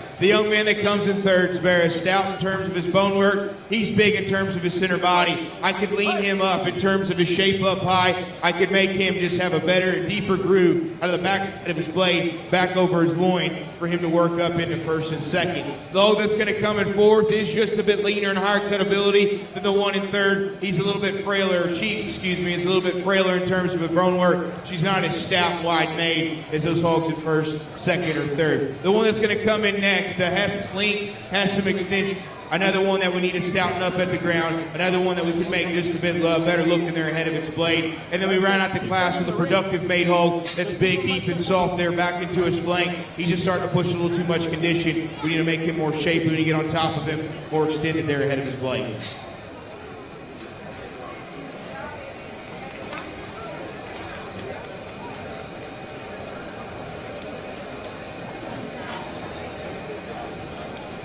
Yeah, take him out. All right, thank you, Judge. Here's your placing for this Class 4. Let y'all know who other came out. 6th place, Emily Benavides. 5th, Jordan Ramos. 4th, Coy de la Garza.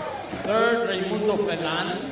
2nd, Mike Iquiporos, Miguel Iquiporos. And your class winner, Sofia Rodriguez, is your class winner. So we'll keep Sophie in the ring. Keep Sophia in the ring. Come on, guys. And let's put Mikey's pig in a pen if we can. Let's get Mike on this side, that's fine. And let's put our 2 first place animals out. Emiliano Pelan from Class 3. And Sofia Rodriguez from Class 4. Showmanship out of Class 4, y'all listen up. Showmanship from Class 4, Raimundo Pelan. Junior Division, Michael Miguel Iquiparos, Senior Division, and Sofia Rodriguez, going Senior Division Showmanship. You'll come back to Showmanship later on, guys. All right, now we're going to get all our animals pinned up. Our red Durocs, that's what we're judging right now. Classes 3 and 4, our red pigs.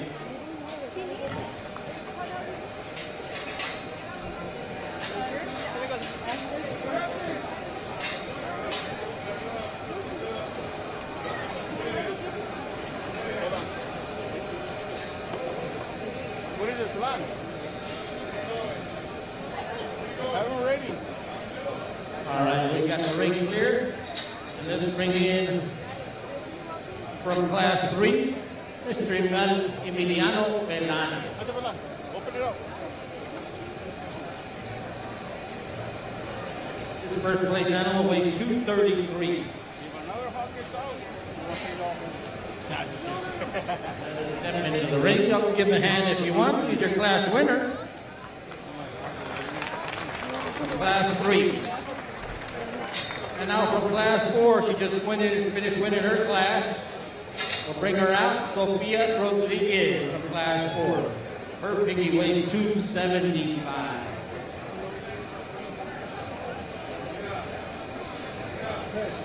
One of these two will be our Duroc breed champion for the 2023 stock show.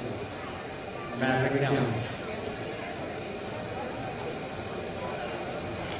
Once the selection of the winner is made out of these two, depending on what class wins, then the second place animal from that class will come out and will compete for the reserve breed champion.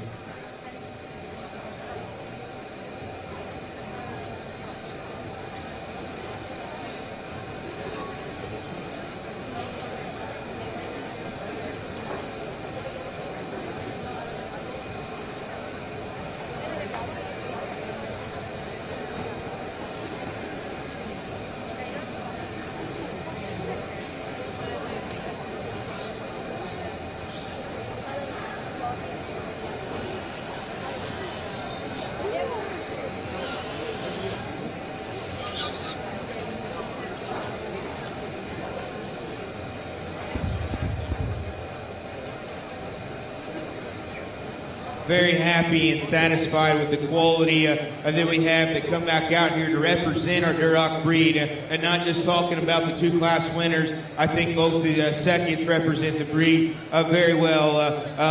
When you talk about these two, though, out here in front of you, in front of us, and I come to a decision on which one's going to end up being our champion. I talk about maybe what their 2 strengths are that are similar. I think both of those hogs are built big and bold in their body. I think both of those hogs are stout and dimensional in terms of their muscle. I will tell you that if you asked me to say which one do I think was stouter, I would say the heavyweight is the stoutest of the 2. But I think big picture is, as individuals, they're both wide, bold, muscular, stout-made type of hogs. And with that said, the one that's going to end up being our champion is the hog that of the 2 stout ones I think is just a bit better in terms of his look. I think a hog that from the side is just a bit better in terms of the cleanliness ahead of his blade, both at the bottom of his neck and the top of his neck, and then how he ties that in to his shoulder just a bit smoother. Ultimately, from the side, all this allows him to be just a bit more attractive in his look. The young man there out of class 1 is going to be showing our champion Duroc. Emiliano Pelan is your Duroc breed champion from class 3. So we'll bring out Antonio de la Casa. He was your second place animal from that class, and he'll compete for the reserve Duroc breed. And your Duroc breed buckle is being donated and presented by Miss Priscilla Chacon. Where are you, Priscilla? Law offices, the Priscilla Puente Chacon and family are presenting the buckle to our Duroc breed winners. And if you can, go ahead and report to the back, to the photo area. That's where we're doing our photos. Thank you. I thought it was real close between those 2 class winners, and I had to get critical in the one area that our heavyweight need to be better. I still think he's very unique. I still think he's very high quality. He's my second favorite. She'll be reserved.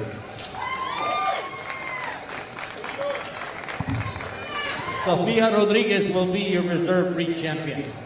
Let's give them all a big hand. They're out there because they were the best of the best in their class, and the judge picked them to be out there and compete for this championship prize. Once again, photos will be taken in the back, guys. Make sure you go back there and get your photo taken with Mr. Green. Okay, Hampshire hogs. That's we're going to move into our Hampshire now. Rooted black and white hogs, class number 5. Coming up in just a minute. We'll get them in the holding pin, please. I call your name, Claudia Garza, Jose Luis Campos, Michaelin Aranda, and Victoria Valdez.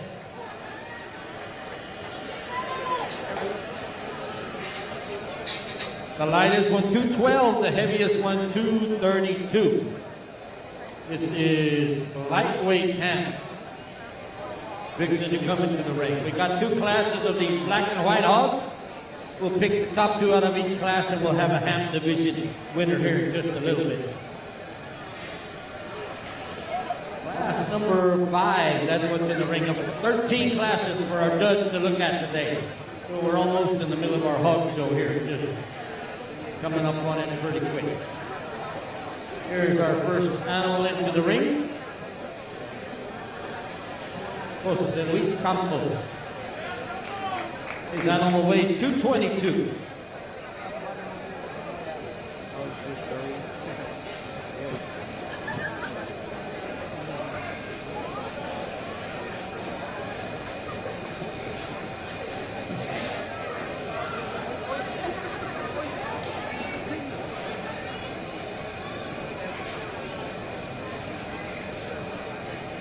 We should have Claudia Garza, Kaylin Aranda, and Victoria Valdez. Should have 4 animals in this class. 212 the lightest one, 232 the heaviest in this group.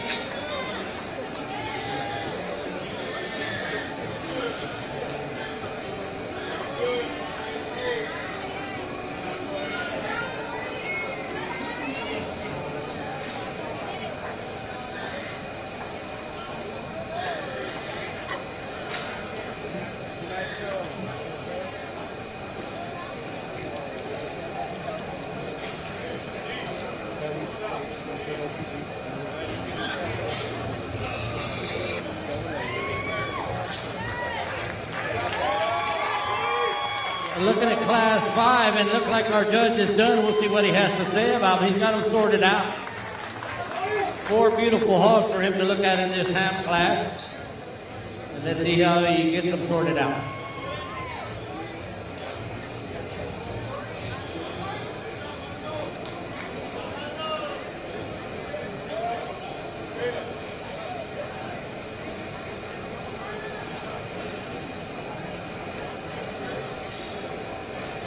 Hog that's getting up winning this class is one that hits me pretty hard right out of the gate.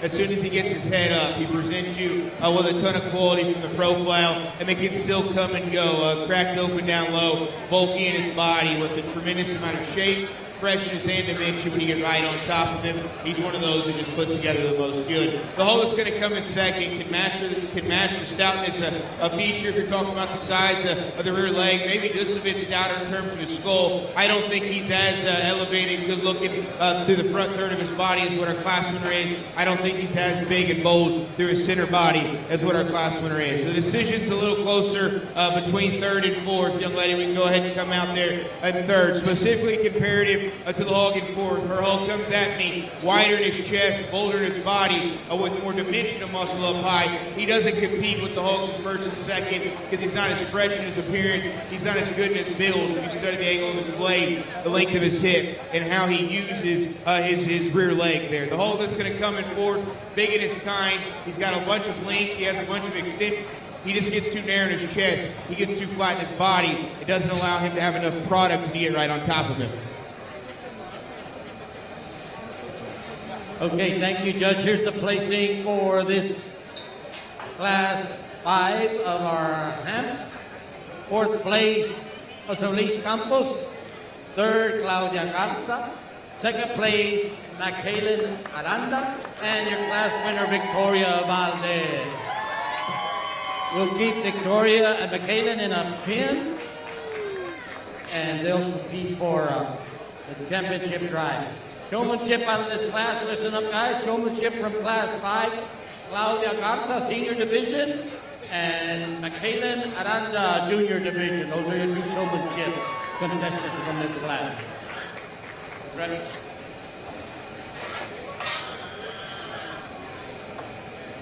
Class 6, fixing to step into the ring.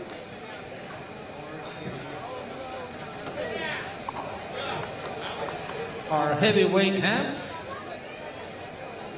We should have Sofia Pelan, Gabriela Galvan, Carolyn Cardenas, and Constance Benavides. The lightest one, 244, the heaviest, 258. 4 animals to look at here for our judges.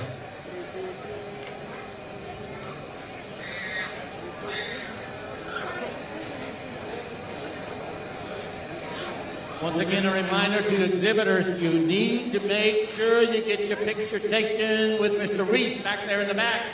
If you hadn't done so, you better go take care of that now, because that's the picture we'll use for the auction. And if you ain't got no picture, you ain't getting in the auction. So you better go back there if you hadn't gone back there and got your picture taken.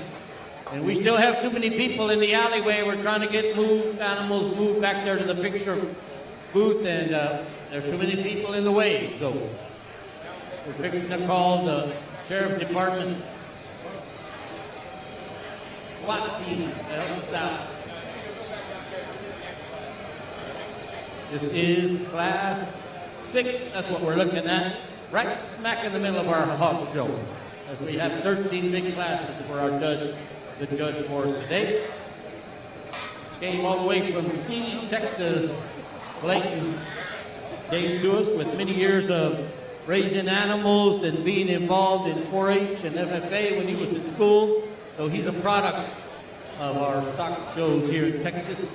He's judge, loved it so much that he decided he wanted to become a judge. He was a judge on the Texas A&M Livestock team and the Glenn College Livestock team. That's where he learned how to judge animals. He liked it so much he wanted to continue doing it after he got out of school. So we thank him for bringing his experience to us as he judges our hog show for us here in Maverick County. Heavyweight Hamps, that's what we're looking at in the ring.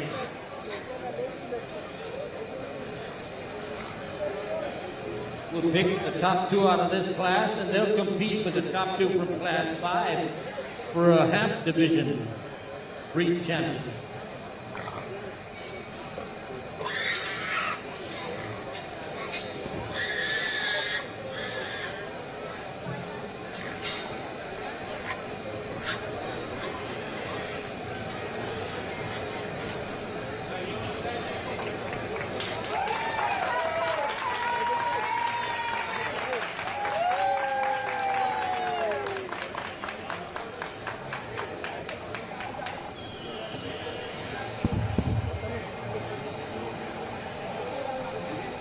Our class winner is one of those that wins very easily. You're going to gravitate to him as soon as he comes out, and that young lady's showing him the way that she does, and he gets his head up. It's easy to see that quality, and he can still be square down low. He can be squaring his body shapely up high with a big rear leg that works very, very good. Like I said, he wins and does so very, very handily. The hog in second can match his elevation and his extension. It's not as good as our class winner, but the bigger thing, coming and going, we got to give more width of chest. We got to give more boldness of body and power when he goes directly away from you.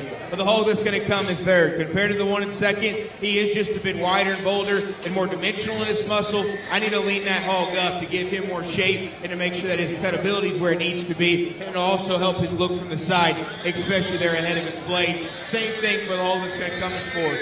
Deep-bodied and productive, just too plain in his shape, too plain in his look when you study him up there from the side.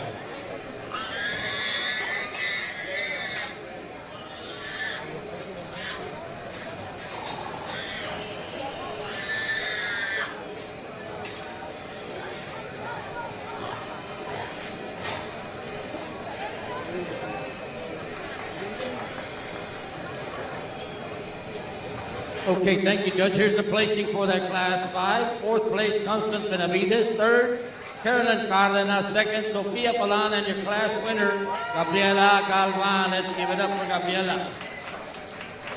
We'll keep her in the ring. Keep Gabriela in the ring. Or put her in the bin, whatever you want. But we're going to bring our first two first-place animals out and pick a Hamp division winner between Gabriela Galvan and Victoria Valdez, our two first-place animals.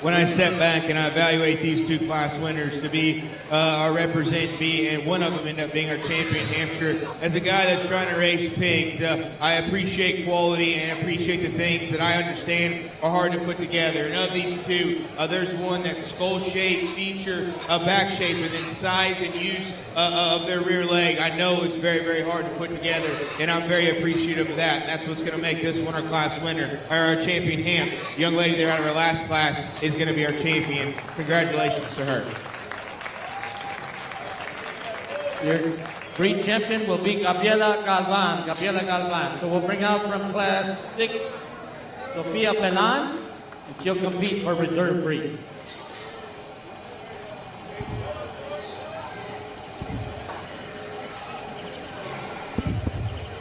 Once you bring the second out here, compare that bear to our other class winner, there's probably a lot of similarities from the side as far as their height and shoulder, their extension, ways that you would describe their attractiveness. But between those two, the one that's wider, the one that's bolder, and the one that's got more muscle is the young lady there out of that first class. She'll be showing reserve.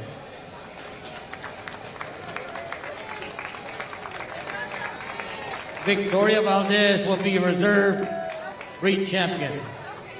Victoria Valdez. Thank you, Judge.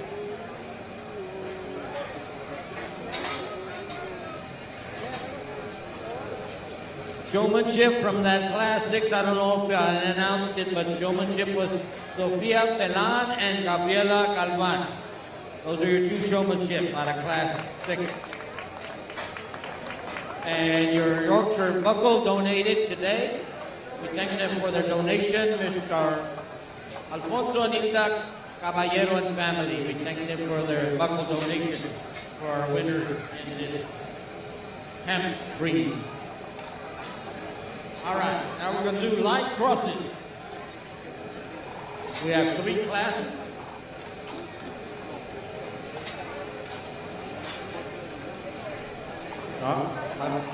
That one says 3. All right, Class 7, 8, 9. In Class 7, we should have Kimberly Torres, Danae Tovar, Victor Sanchez III, Anaí Pelan, and Joaquin Flores. That is Class 7 for light cross pigs. The lightest one weighs 210. The heaviest one, 237. We should have 5 of us in this class.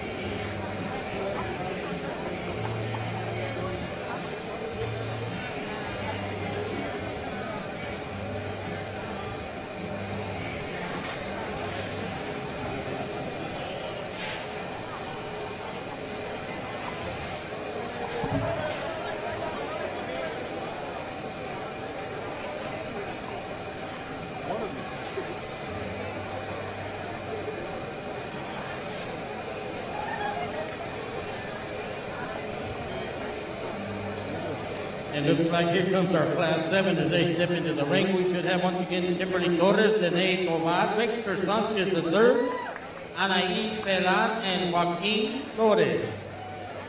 We should have 5 of them in this class.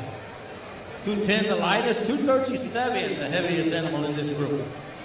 Lightweight crosses, we have 2 classes. We'll pick the top 2 from class 7 and 8, and we'll pick a light division winner here in just a little while.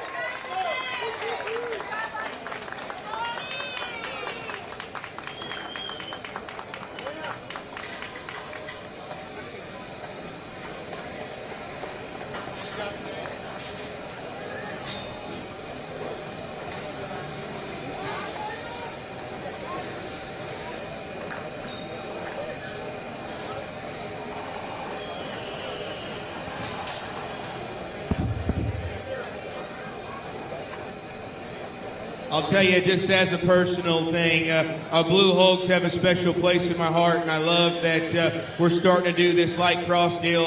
I started showing, or when I started showing at a very young age, a family member of mine that raised pigs. That was back when we were just straight up breeding the Hampshires, the Yorkshires, and having real blue butts, and that's how I started showing hogs. And I've loved blue hogs ever since. And as I continue to build my sow herd, if you want to sell me a good one, make it blue, and I'll tell you, it will be that much easier. So I like seeing these hogs come out here, but the one that's going to win, as soon as that one hit the gate, I said that one's going to be very hard to beat. And once I officially saw all of them, I knew even before I walked through the rest of them, that was going to be our class winner. I love that one's stoutness of feature. That one's skull so big, its forearm, its blade's huge, its back is not only wide, but the groove is so deep, so shapely, and so fresh. That one leaves you with those same advantages in width and muscle, with still a square hop and a good look from the side. And that's not taking anything away from the Baron second. I think that one's the epitome of being productive because it is so deep, so bold, so soft in its center body. Its muscle is very dimensional. Get on top of it. Get on top of I encourage you to get on top of him and get on top of our class winner. That one doesn't have near the shape. That one doesn't have near the same stoutness at the ground in terms of its bone work, or maybe as unique of a look from the side. The hog that's going to come in third, young man does a phenomenal job getting that one shown. That one's so elevated. That one's so extended. Very, very good in terms of its look. Coming and going, that one's too narrow at the ground. I need to give it more width, more boldness, more muscle to work up there in first and second. Not the case for the young man in fourth. That hog's another one of those that's very stout, walk just maybe a little bit too much. You watch that one go directly away from you. We got to square him up from hock to ground. And then we ran out to this particular class with a hog that's fresh in terms of its muscle. There's not enough of it. I need to give it more dimension. I need to give it more spread. I need to stout it up there at the ground as well. Thank you, Judge. Here we go. Here's your placing for this class up. Give them a big hand. Fifth place, Kimberly Torres. Fourth, Joaquin Flores. Third, Victor Sanchez III. Second is Anaí Pelan, and your class winner, Danae Tovar. Danae Tovar is your class winner. Showmanship, y'all listen up. Showmanship out of this class. Senior Division, Anahi Pelan.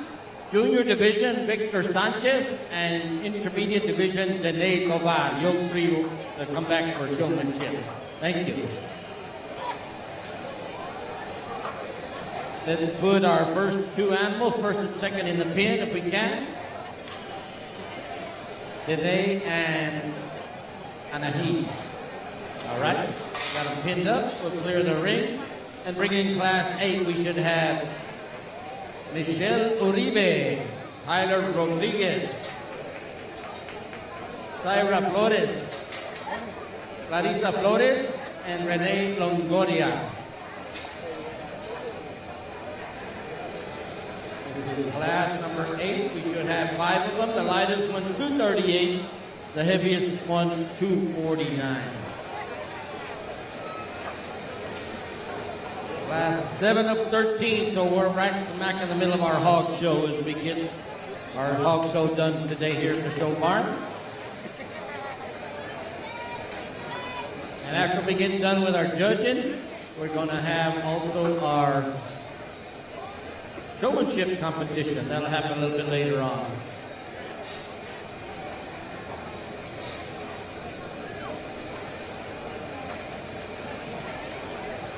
One of our Western queens out there showing a pig. Michelle Uribe, Tyler Rodriguez, Sierra Flores, Clarissa Flores, and Renee Longoria. Those are the 5 that are going to be out there competing in this light cross heavyweight division. Well, there's 2 middleweights. I'm sorry, we got one more class.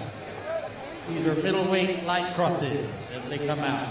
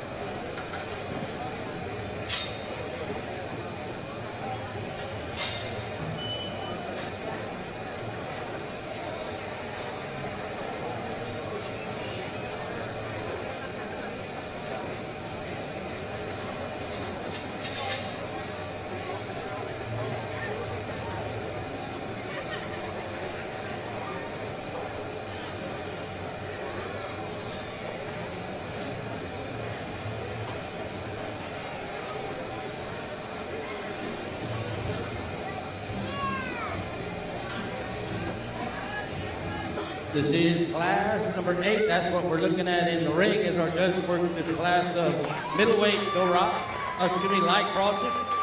He's got them figured out, and we'll see what he's got to say about it here in just a minute.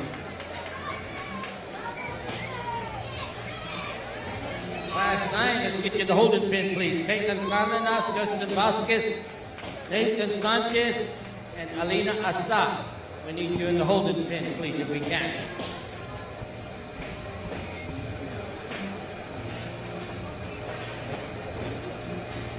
I kind of hit on earlier, as a hog breeder, you're going to appreciate the things that are hard to put together, the intangibles, the things that are hard to make.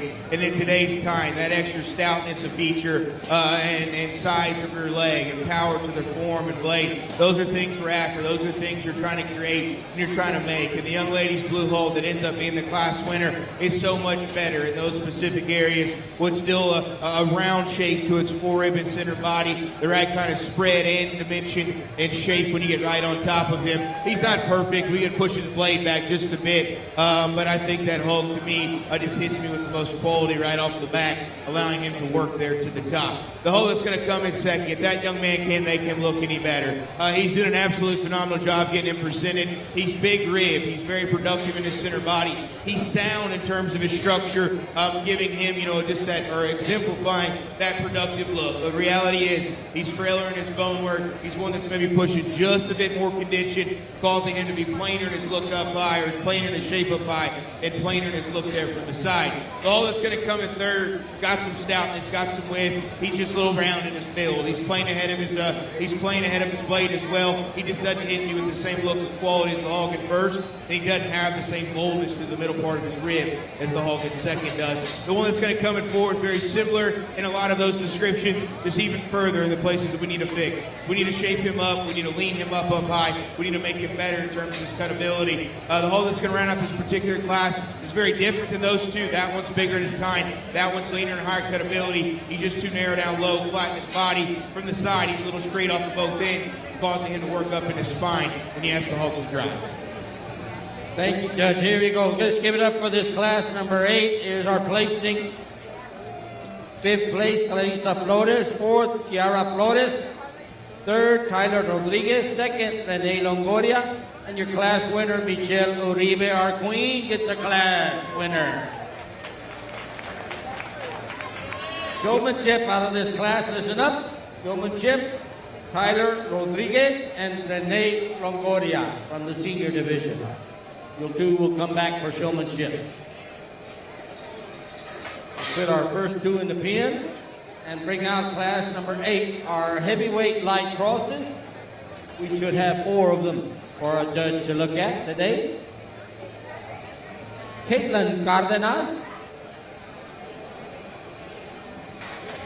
Justin Vasquez, Alina Asa, and Nathan Sanchez. Those are the 4 heavyweight dark light crosses in this class.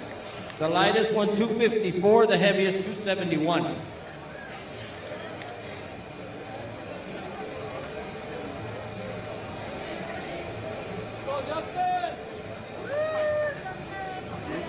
All right, one more on that showmanship for that last class. Ciara Flores, you're coming in too. Ciara, you'll come back for showmanship.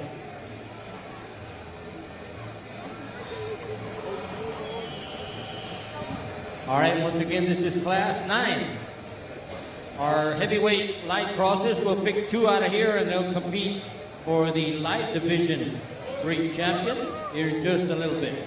We should have, once again, Caitlin Cardenas, Justin Vasquez, Nathan Sanchez, and Alina Asa with their big animals. 254, the lightest, 271, the heaviest.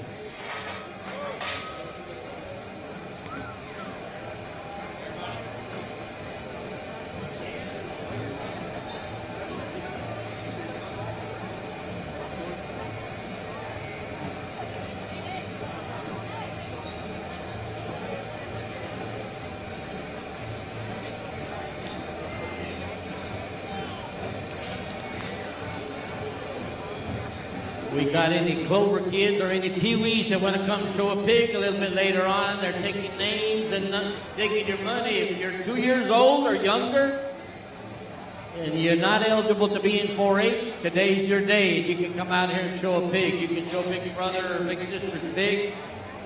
If you got an urge to come and show your stuff in the ring like the big kids, talk to Miss Jimenez or Miss Flores. They'll get you up for our Pee Wee show happening at the end of the day. This is our heavyweight light crosses. That's what's in the ring. The big boys.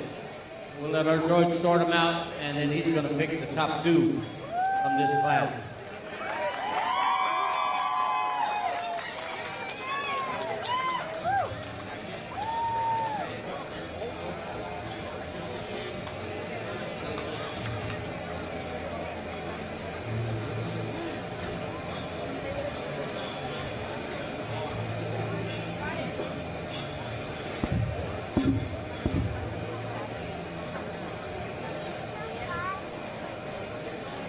Making it pretty easy for me out here. This hog that wins this class, I don't have to walk around long and study him for long to know that one's going to end up being our class winner.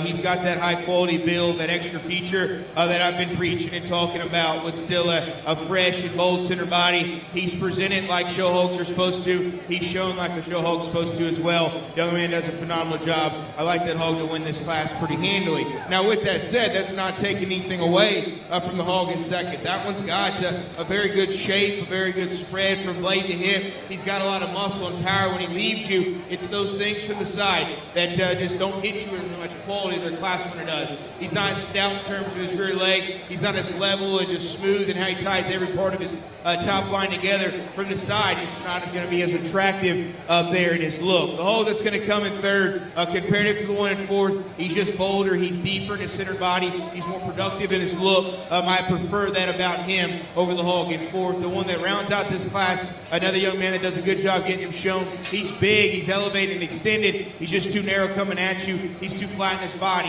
He doesn't have enough product up high or from behind to work up there in the top 3. All right, let's make some noise for this class, number 9. There we go with the placing. Come on. 4th place, Justin Vasquez. 3rd, Caitlin Calenas. 2nd, Alina Asan. Your class winner, Nathan Sanchez. All right, so showmanship out of this class. Y'all listen up. Nathan Vasquez, Nathan Sanchez, and Alina Asa. Those are your 3 showmanship competitors out of class 9.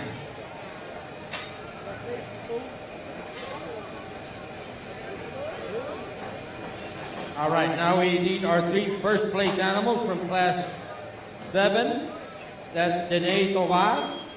From class 8, our queen, Miss Michelle Uribe. And from class 9, Nathan Sanchez. Those are the 3 first place animals from their class. And they'll compete for the light cross division champion.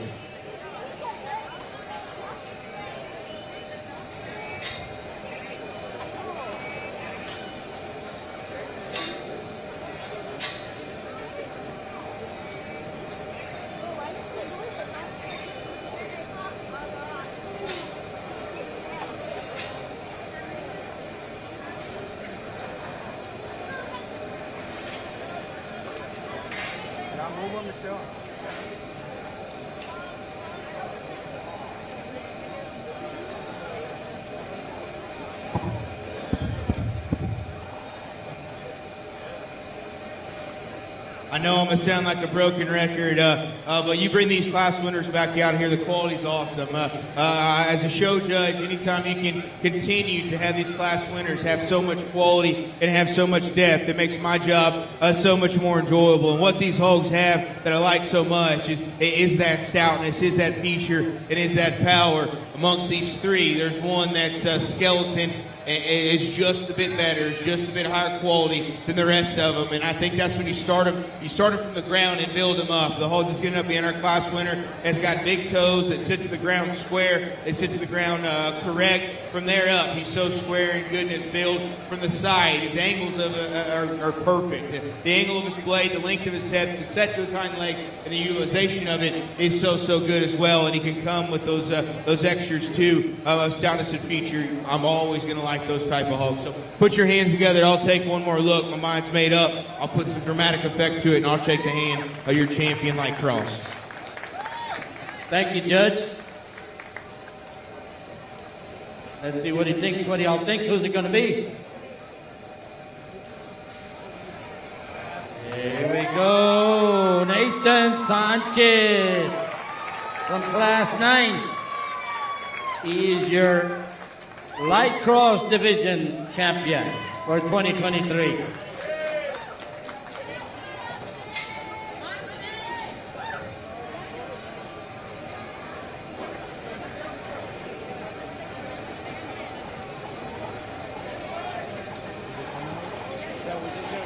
Bring him over here. And we'll bring out from Class 9 our second place animal, Alina Asa. And she'll come out and compete for the Reserve Light Cross Division winner. Don't go too far, because we're going to take you back out, right?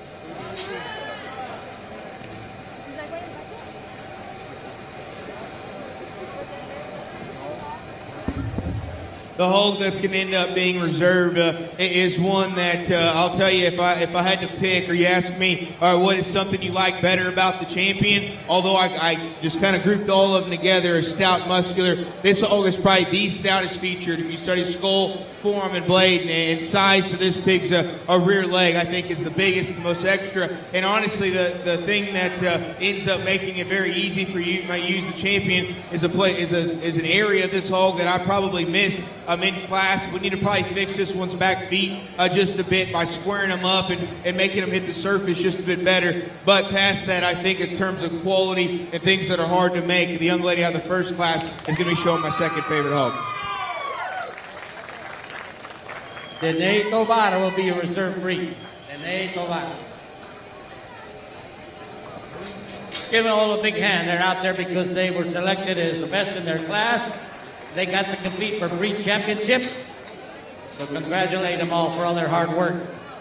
Don't forget to go back there and take your picture, guys. Pictures in the back, please. Everybody get your picture taken.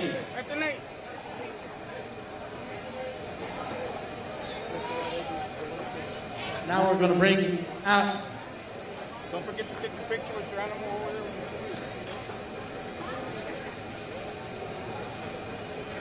Class 10.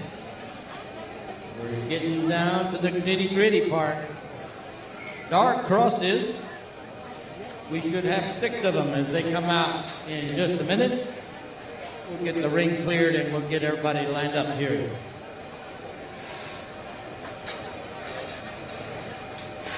Let me let you know who needs to be back there. Martin Duran Jr., Braxton Blanchard, Alexis Vasquez, Joanne Garcia, Jorge Castillo, and Marilyn Cabudol. The lightest animal, 217. The heaviest, 232. This is our first class of dark crossing.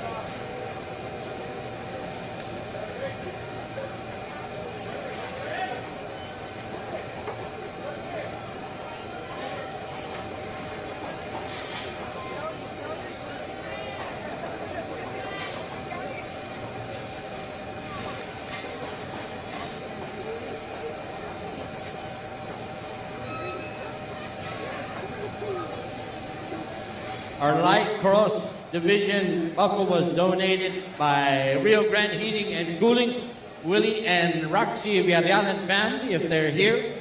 Anybody here from that company, we'd like for them to go back there and get their picture taken with our big winners. This is dark crosses. That's what's into the show ring at this time. Class number 10 of 13. So we've got 4 classes of these dark crosses to look at. This is class number 10. Just like we've done with the other breeds, we'll pick the top two out of each one of these last 4 classes, and they'll compete for the breed champion in a little while. But this is class number 10. We should have 6 of them. Once again, Martin Duran, Braxton Blanchard, Alexis Vasquez, Joanne Garcia, Jorge Castillo, and Marilyn Agabor. Abudol, there we go. 232, the heaviest, and 217, the heaviest animal out there.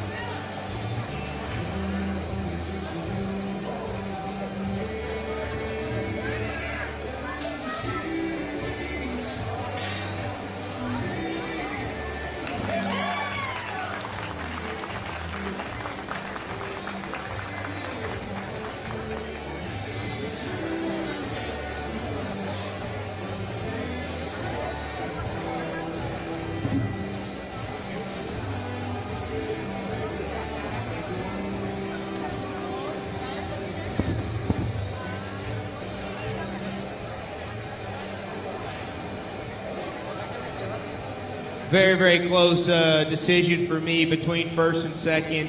And I think there's a lot of differences between first and second, but those differences are small. And as you know, but that's why it is so close, is because those differences are very, very minute things. The things I appreciate about the class winner comparative to the hog in second is when he goes directly away from you, he's a hog that reads just square and true from hock down to the ground. And when you get right on top of him, it's not that I think he reads any bulkier in his forward or in center body or any bolder, but the trueness of his shape from blade to hip just studies to be that much better from a compositional standpoint, that much better from a cutability standpoint, and also from the side. I think it just makes him look just a bit fresher. Composition is big for me. I appreciate that about that hog. The one that's going to come in second is huge in his rib. He's very, very big and bold right out of the backside of his blade, back to the middle part of his rib. His muscle is very dimensional, but it's not as shapely. That's a hog that I think is pushing just a bit more condition. And in return, it just doesn't make him look as fresh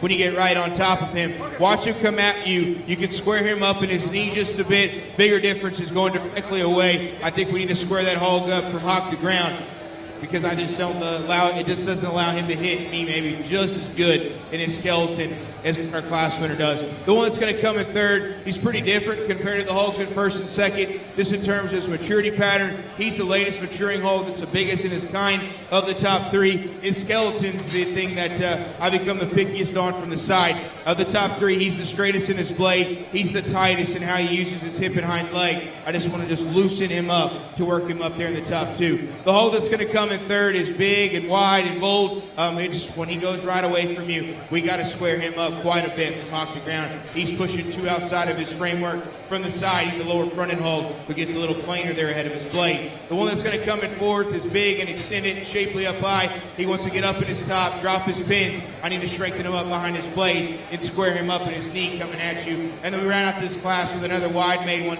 that's got some boldness of body. He's just too plain in his look. From behind, he's the one that's the most out there in his hock. We got to square him up going directly away.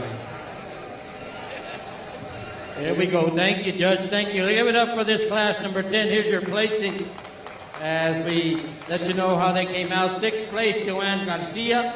Fifth, Marilyn Cadudol. Fourth, Braxton Blanchard. Third, Alexis Vasquez. Second, Jorge Castillo. And your class winner, Martin Duran. That is your class winner for this class 10. We'll put first and second in the pen, which is Martin Duran and Jorge Castillo. And we'll save them for the Dark Division Championship drive here in just a little while. Class 11 of 13. We're getting down to the end, folks, for our hog show. But we still got plenty of judges to go. Here they come. As they step into the ring, we'll let you know who they are. Lindsay Rodriguez, Eric Flores, Ruben Valderas, Robert Martinez Jr., Mia Silva, and Olivia Madera. Those are your six that'll be in this class 11. The lightest one is 235, and the heaviest animal in this group comes in weighing 241 pounds. So about 6 pounds difference between top and bottom in this group. We'll let them all in, and we'll let our judge look them over, and then we'll see what he has to say about them in just a little while.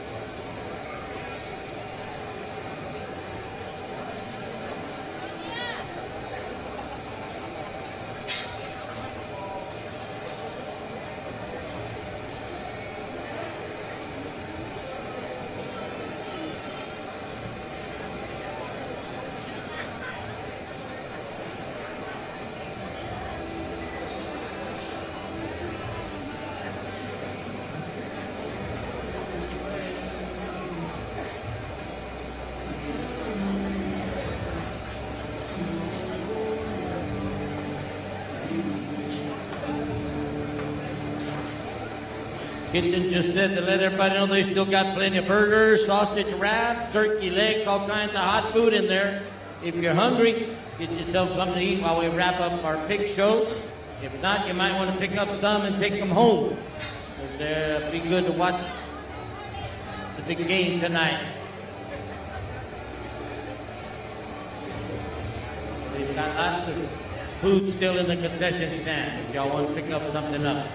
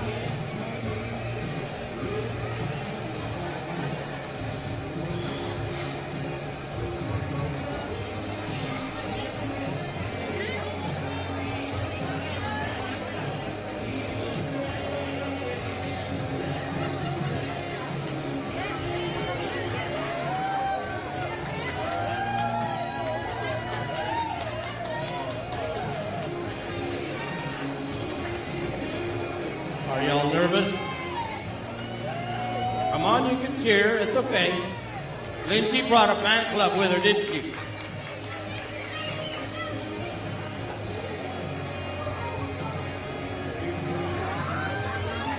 They're working hard out there, aren't they?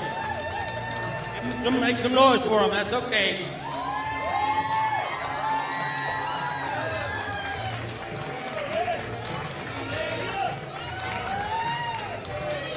So who won?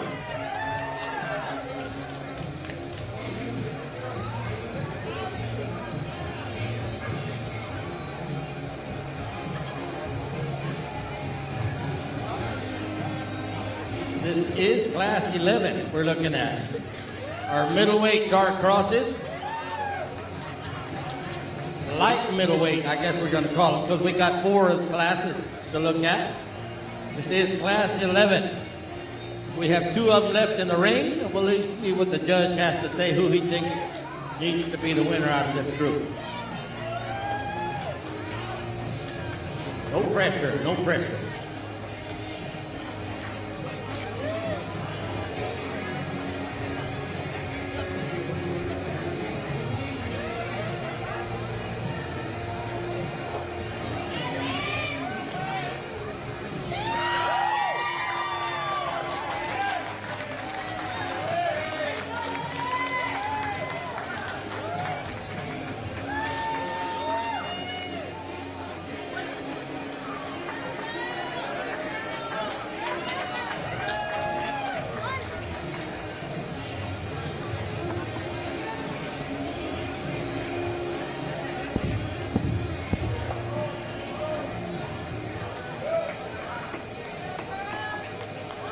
If you watch both of these hogs drive directly away from you, you'd say the class is easy. If you back up and you watch them drive from the side, you'd probably say the class is easy. Unfortunately, those two viewpoints, when you say it's easy, you would be using a different hog, and that's why there's such a challenge. The hog that ends up winning, I'll tell you, the place I want to fix him is a place I'm usually a little bit harder on, but I can't overcome his advantage in skeletal correctness, his advantage in structure, and I know that he needs to win this class. That hog's angle to his blade, the length to his hip, and the set to his allows him to drive with so much comfort. It allows him to stay more relaxed in his top line, and the reason I can still go ahead and say I can use that hog to win this class, although he's not the widest chested and the boldest body, is his top shape is tremendous. It's very, very expressive, and it's got enough dimension and enough spread for me to feel comfortable in allowing him to be the class winner. I'll tell you, it's hard. It's hard for me not to use the hog that's bolder body, the hog that's more dimensional over his top, the hog that's wider and stouter whenever he leaves you. I just could never get a look from the side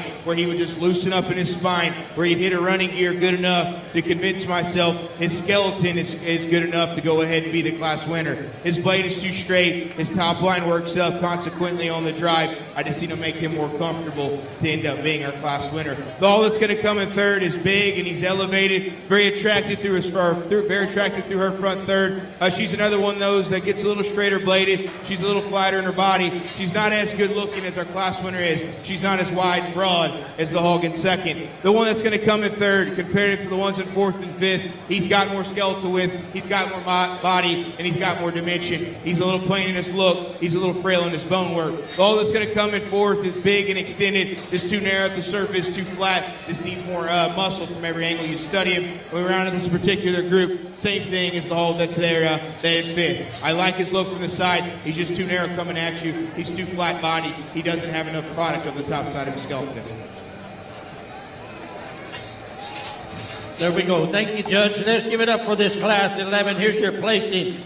Olivia Madera 6th, Ruben Valderas 5th, Eric Flores 4th, 3rd Robert Martinez Jr., 2nd Mia Silva, and your class winner Lindsay Rodriguez. So we'll keep Lindsay and Mia in the ring over here, and we'll save them for the Dark Cross Championship drive. All right, listen, Showmanship out of class 11. Listen, Showmanship, Lindsay Rodriguez, Robert Martinez Jr., Senior Division, Mia Silva, Senior Division, and Olivia Madera, Junior Division. Those are the 4 Showmanship contestants out of this class 11. Once again, Lindsay Rodriguez, Robert Martinez Jr., Mia Silva, and Olivia Madera. Showmanship, all right, guys? Class 11 as they get ready to come into the ring. These are middleweight dark crosses. The lightest one in this class comes in weighing 242, and the heaviest one 260. We should have Saida Rocha, Victoria Mena, Chantel Amaguer, Deandra Rodriguez, J.C. Gomez, Juan Carlos Gomez, Russ Alvarez, and Michaela Elizondo. There should be 6 of them in this class. 7. There we go. There we go. 242, the lightest, 260, the heaviest animal in this group. Class 12 of 13, so we're almost down to the end, folks. We're about ready to pick a grand champion here in a little while, but we're still in the Dark Cross division. We got 2 more classes here that we're going to pick winners out of, and then we'll have a Dark Cross Championship drive, and those will be the 2 that will compete for grand champion a little bit later on this afternoon.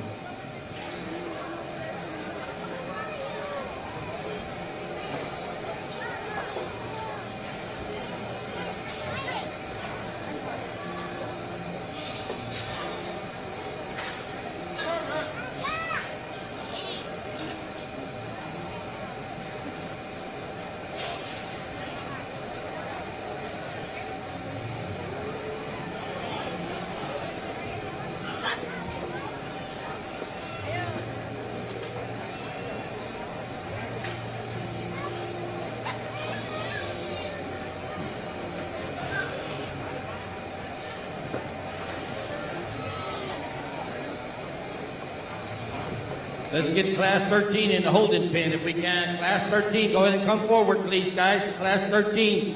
If I call your name, go ahead and come on up.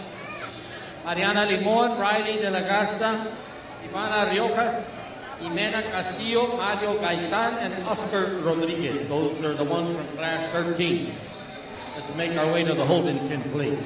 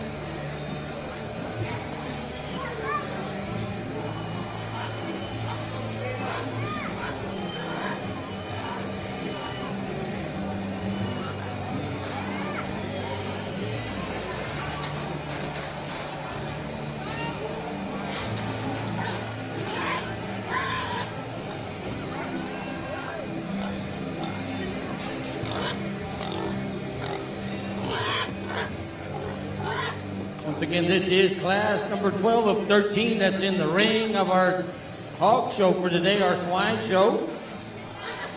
We'll let our judge sort these last couple of animals out, see what he thinks about them in just a minute. We'll pick the top 2 out of this group, and they'll come back and compete with pigs from the winners from class 10 and 11 and 13 to pick a dark cross division winner. They'll be the ones that'll compete for our championship parade of champions a little bit later on tonight, this afternoon. This is still our dark cross division class. That's what we're looking at, class 12 of 13.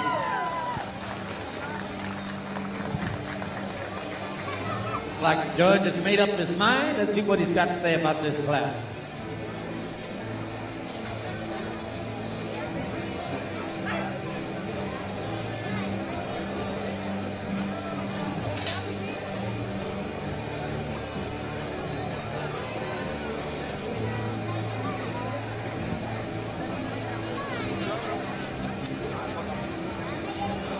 I wouldn't say either one of these hogs in first and second are perfect, but the young lady's guilt I end up using to win is going to be more my kind. I like that hog's stoutness. That hog is so much more powerful coming at you. That hog is so much bolder just there in the center part of its body when you get on top of the hogs. That one's got a tremendous amount of spread. Its back leg's very big and very, very stout. From the side, that one fits together with balanced proportions, and I think its structure is good enough to still win this particular class. Now, the one in second has advantages in terms of being taller at the point of his shoulder. That hog is just a bit looser in terms of its build. It gets out and goes with just a bit more comfort. I don't think that advantage is big enough to overcome that look when he comes right at you. He's more closed up in the base of his chest. Consequently, he's flatter in his body. He just doesn't have the same bulkiness right there in the middle part of his rib. The one in third's productive. Young lady does a great job getting him shown. We need to lean him up. We need to make him better in terms of his cutability. Not only help his shape up high, but to help his look there from the side. He gets a little plane there ahead of its blade. The one that's going to come in next is very sound and very comfortable. This gets a little bit more closed up coming at you. Gets a little bit narrow when you get right on top of him. A real powerful hog is going to go ahead and stand there in fifth. A young lady with the predominantly black hog is wide and stout. Has seen to fix his skeleton. He's a little too straight in his blade. He's short there out of his hip. In motion, he wants to twist and turn and get a little tighter as you ask him to continue to drive. The next 2 hogs that come out are very similar in their stoutness and width. I need to fix the build that they lay their muscle on. Both of them get a little tight off of both ends. The one that's going to come in 6th is just a bit square going away compared to the one at 7th. The traditionally belted hog that's going to come in 7th has got a tremendous amount of shape. It's too straight off of both ends. You strengthen him behind its blade and square him up there in his hop. There we go. Thank you, Judge. Let's put your hands together for this class 12. Great class of dark crosses for our judge to look at. And here's the placing. 7th is Russ Alvarez. 6th, Saida Rocha. 5th, Victoria Mena. 4th, Juan Carlos Gomez. 3rd, Chantel Almaguer. 2nd, Michaela Elizondo. And your class winner, Deandra Rodriguez. Well, we'll keep Deandra and Michaela for the championship drive. And let me let y'all know who the showmanship out of this group is. From the senior division, Chantel Almaguer, you're coming back for showmanship. And also Deandra Rodriguez in the junior division. Those are your 2 showmanship participants from this class 12. We'll get the ring cleared and bring in 13, our final class of the day.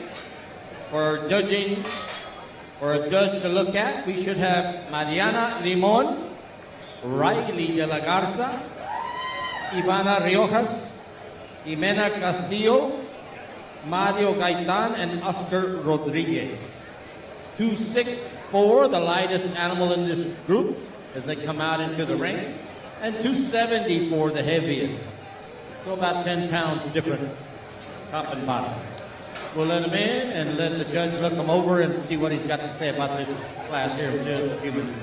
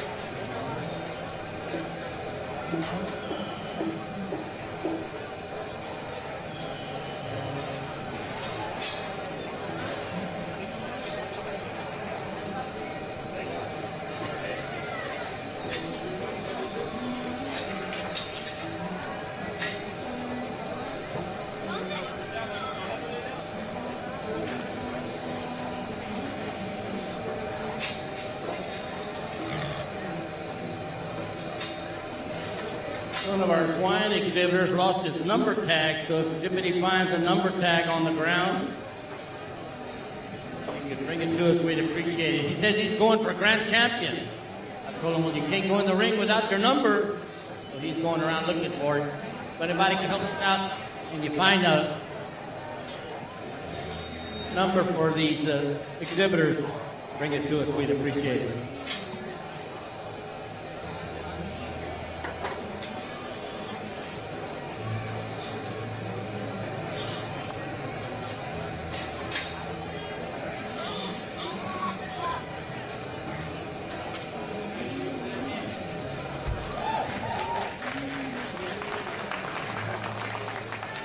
Like our judge has got this class figured out, and we'll let him talk to our superintendents. We had mentioned, by the way, Mr. Tony Esqueda, Tony Camarillo, Dennis Polanco, Jenny Polanco, who else? John De Leon back there in the back. All of our show team, swine show team. Thank them for all their hard work with our show today.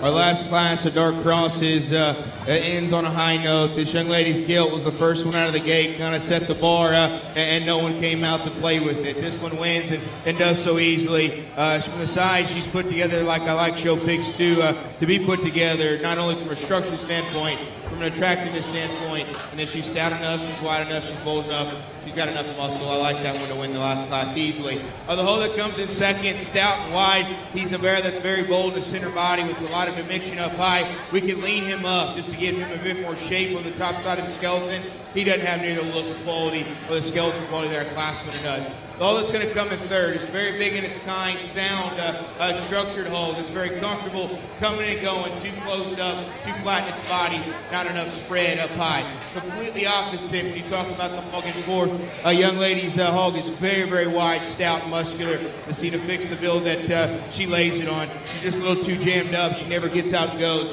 takes a long enough step, or has enough comfort. Same thing for the hog that's going to come in next. Just not as fresh as the one ahead of it. Very dimensional. Need to give it more shape. Need to give it a little more look there from the side.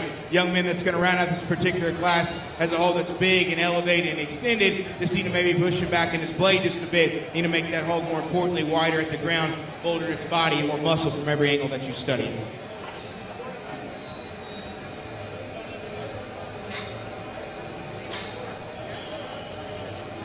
Thank you, Judge. Here's the placing. Let's give it up for this class 13. Here's your placing.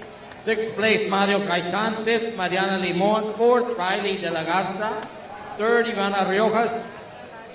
Second, Oscar Rodriguez. And your class winner, Jimena Castillo. Your class winner. No relation. No relation.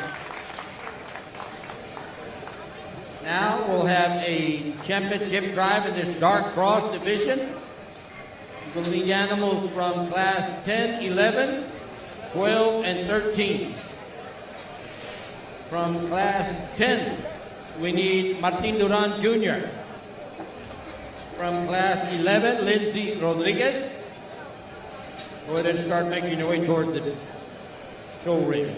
From class 12, Deandra Rodriguez. And from class 13, Jimena Castillo. Those are the four that'll step into the ring for our championship drive in this dark cross division. Martin Duran's animal weighs 217. He's from class 10. Lindsay's animal in class 11 weighs 235. Class 12 winner, Deandra Rodriguez, animal weighs 247. And then Jimenez, the class heavyweight dark cross, came in weighing 279. Those are your weight breakdown for your four championship contenders in this dark cross division.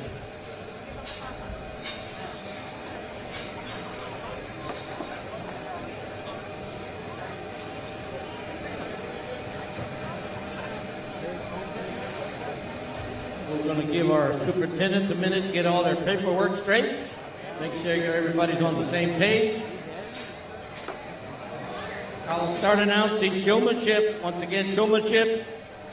We're going to do it like yesterday. We want to do the Showmanship first, and then we'll do the championship drive. Okay, guys? I think that worked out better for everybody, especially for the stuff we got to take care of the end. So we'll do Showmanship next, and then our championship drive, okay?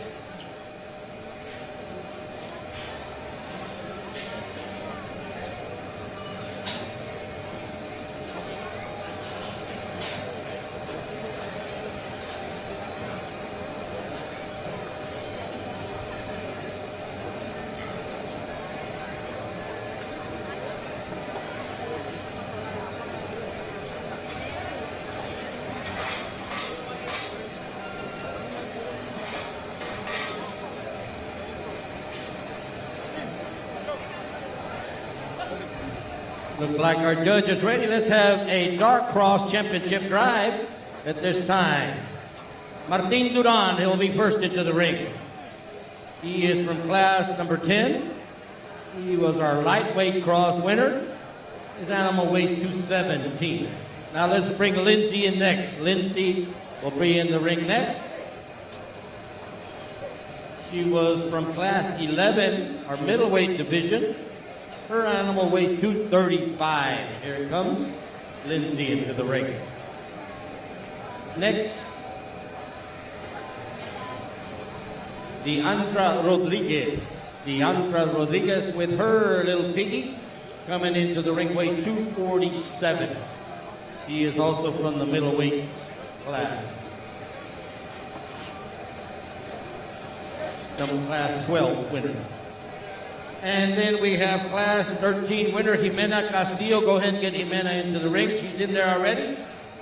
Here she comes. She is your heavyweight dark cross winner. Her animal weighs 269. And we'll bring these animals out. These are the four that our judge has the pleasure of selecting a dark cross division winner who will compete for champion. Grand champion here in a little while. Go ahead, Judge.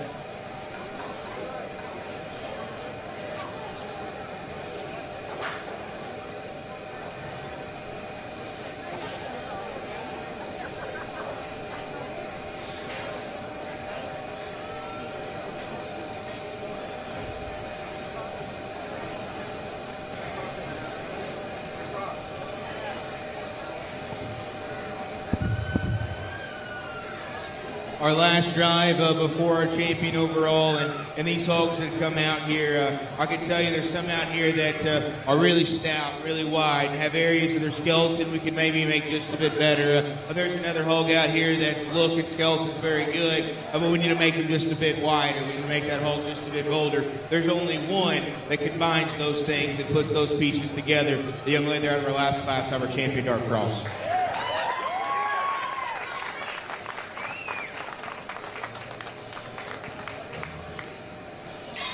Your champion dark cross will be from the heavyweight class, Jimena Castillo. Make some noise for her. Come on, that's okay. She's your breed champion. Now from her class, we'll bring in Oscar Rodriguez, and he'll compete for the reserve breed. And your buckle for our dark crosses was donated. Let's see who donated.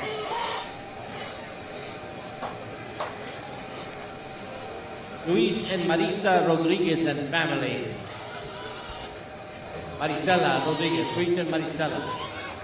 That decision was pretty easy for me, and then when you bring second out here and start to talk about reserve, I do think it's quite a bit more challenging. The one that was second behind our champions, wide and bold, like I said in class, we need to lean him up. We need to make his look just a bit better. You talk about the hog that wins the second dark cross class. That's the one that skeleton I love. Just need to make that one wider. Need to make that one bolder. The hog that wins class 3, that one's extremely stout. That one's extremely bold. That one's extremely wide. I can't out here with confidence say, is that one skeleton quite good enough to go out here and be our second? She could be a little bit square from behind, her hip could be longer, her blade could be pushed back. She could be just a bit looser from the side. The hog that wins the first class, I love that one's width, I love that one's rib. That one's so true and just genuine. You get right on top of him. That's a hog that I could say we could lengthen things out to make it stride that much longer, but he's still square, he's still true to the ground. To me, that's the next most complete one. That young man will be showing a reserve dark cross.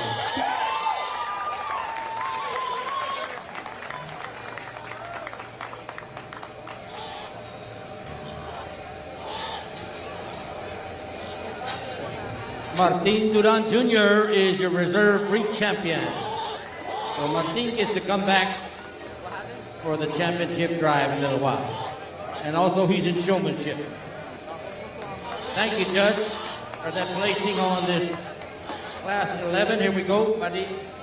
Olivia Madera was 6th. Ruben Valderas 5th. Eric Broad is 4th. Excuse me, I'm sorry. What am I looking at?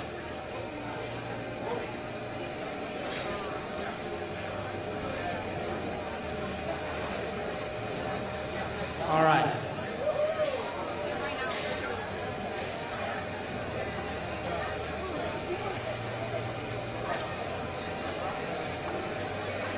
We're going to do showmanship first, and then we'll do the championship drive. Okay, fellas? We have 3 divisions of showmanship. We'll start calling out names here in a minute.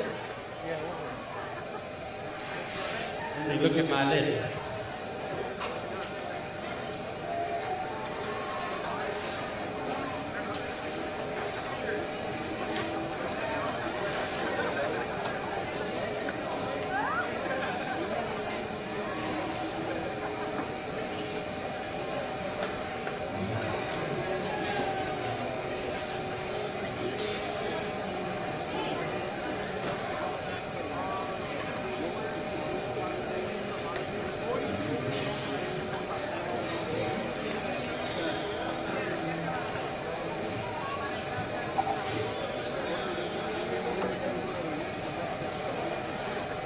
All right, we're going to start showmanship at 3:20. At 3:20, 5 minutes from now, okay? We'll get everybody a few minutes to get themselves ready to go. I'm going to call out some names of the showmanship individuals.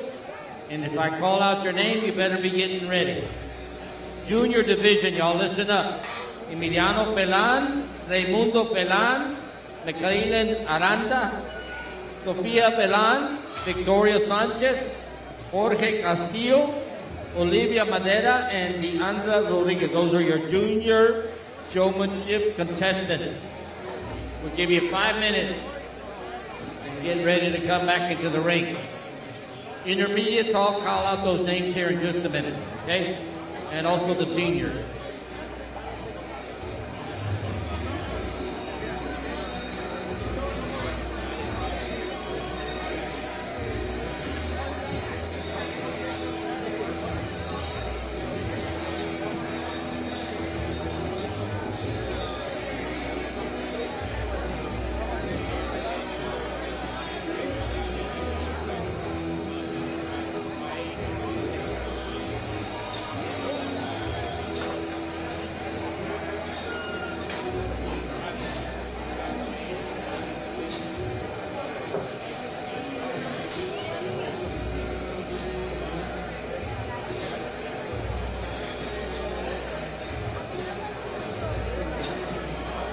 I think Ms. Flores and Ms. Jimenez are still taking names for the Clover Kids, the Pee Wee show that happens after our championship drive. They should be back there in the back, sir. Talk to Ms. Back there by the photo booth. You can talk to Ms. Jimenez. She'll get you signed up for the Pee Wee show that happens at the end of the day. Pee Wee, you want to show a big brother or big sister's pig? If you're a second grader or younger, we'll take your money and get yourself signed up to come in and get into the show ring with one of our pigs. Pee Wee exhibitors, we're taking names back in there in the back.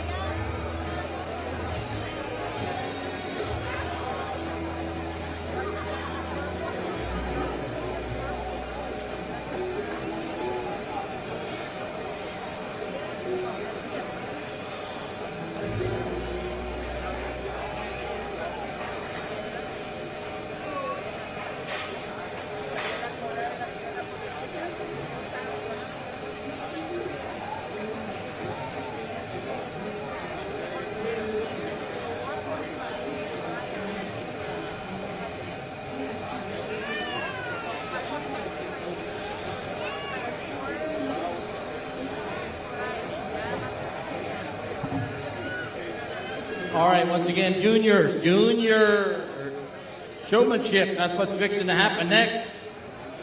If I call your name, you can go ahead and come up if you're ready.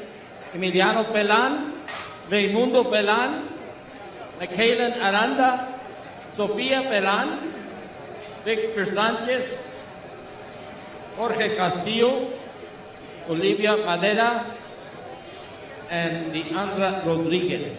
They should be junior division exhibitors.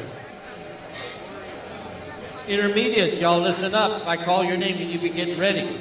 Sofia Torres, Francisco Jimenez, Haley Chavez, Dene Tovar, Nathan Sanchez, and Alexis Vasquez. Those are your intermediate. Those are your junior high students.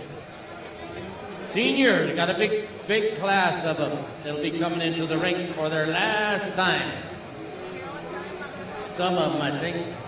Christian Chacon, Miguel Quipuros, Sofia Rodriguez, Claudia Garza, Gabriela Galvan, Tyler Rodriguez, Rene Longoria, Justin Vasquez, Alina Asa Martin Duran Jr., Lindsay Rodriguez, Ivana Roque, Robert Martinez Jr., Mia Silva, Chantel Almaquer, all of those seniors. I called your name, you're coming back for showmanship in a little bit. But we're gonna do juniors first, junior division. If I called out your name, you can come on forward. Emiliano Pelan, Raimundo Pelan, Sofia Pelan, Michaela Aranda, Victor Sanchez, Jorge Castillo, Olivia Madera, Leandra Rodriguez. That's the first class that should be making their way to the holding pin for our junior showmanship contest.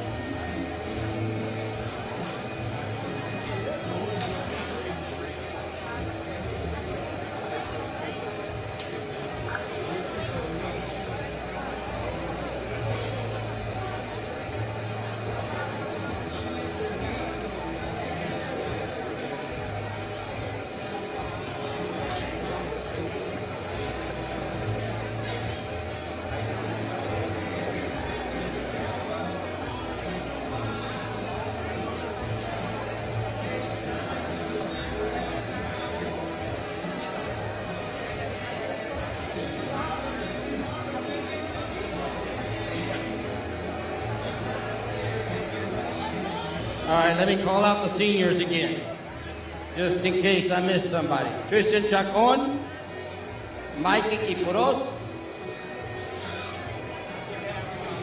Claudia Garza, Gabriela Galvan,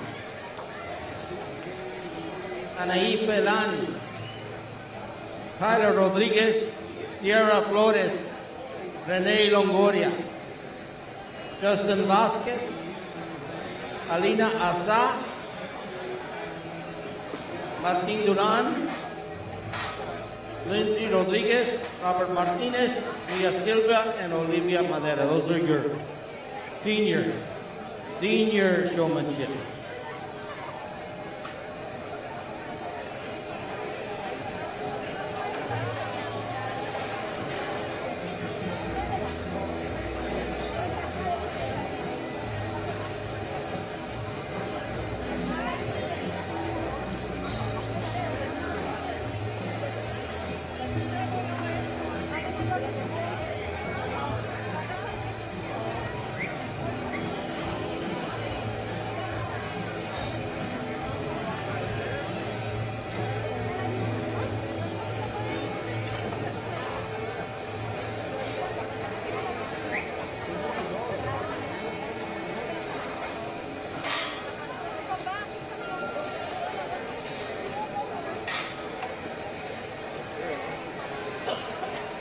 should have Victor Sanchez, the third, also with junior division.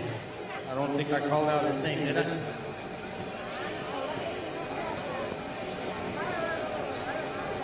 I'm double checking my list here.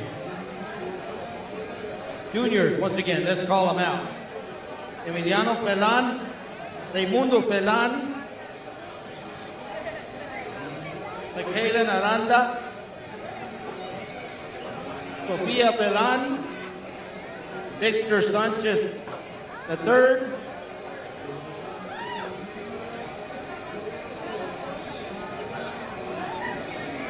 Jorge Castillo, and Olivia Madera.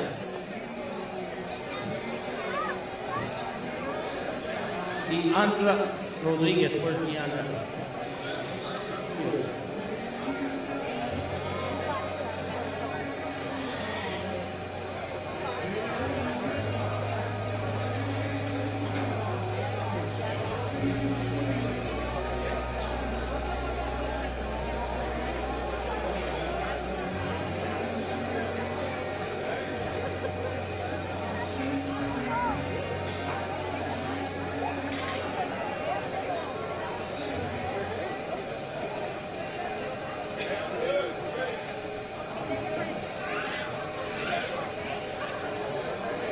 Should have 9 of them, guys. 9 in this first junior.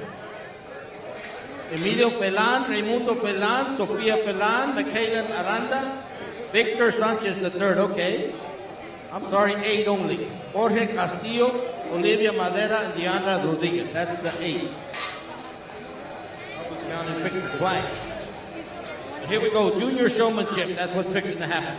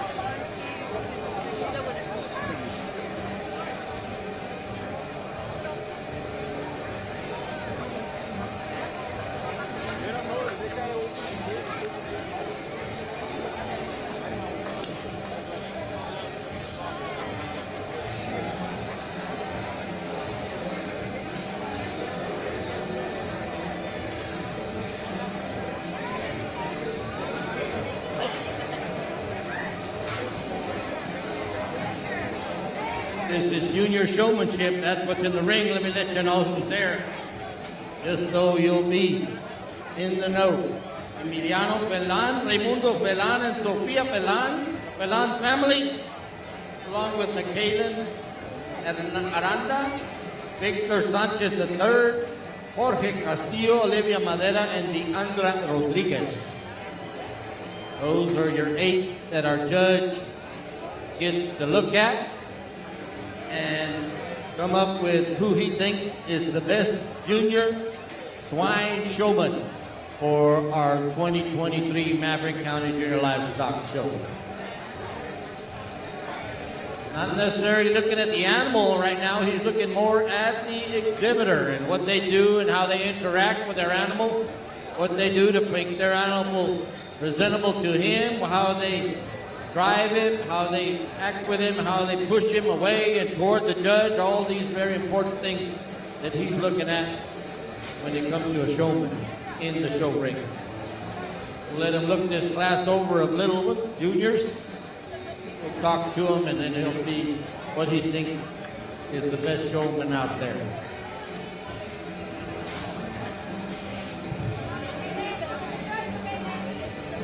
Okay, intermediates, I'm going to call out your names. You need to go ahead and make your way to the holding pin, please. Sofia Torres, Francisco Jimenez, Haley Chavez, Dene Tovar, Nathan Sanchez, and Alexis Vasquez. Those are the 6 in the intermediate class.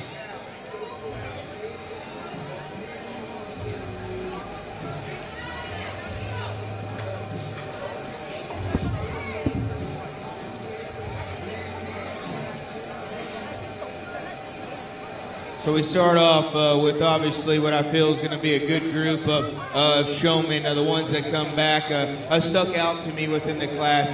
And I'm going to try to be as simple and as basic as I can in explaining what it is that I look at and what showmanship is to me. When you start with the youngest group here, and anytime a showman are starting to their path and showing hogs, the things that I emphasize and I work with, and when I say this, not only from a show judge side of things, but I help as many people as I can back home with showing pigs, so I stay very active in not only what's it supposed to look like, but I understand the process and how and what you have to do to make it happen. I understand the practice and the work at home that you have to do to come out here and succeed. So when it starts with our young people, the things that I work on the most is controlling our pig. Okay, and what I mean by that, and what I tell the youngest kids that I start off with is, remember, there's a difference between you coming out here and your pig walking around the ring, and you coming out here and you walk the pig around the ring. And what I mean by that is you being in control.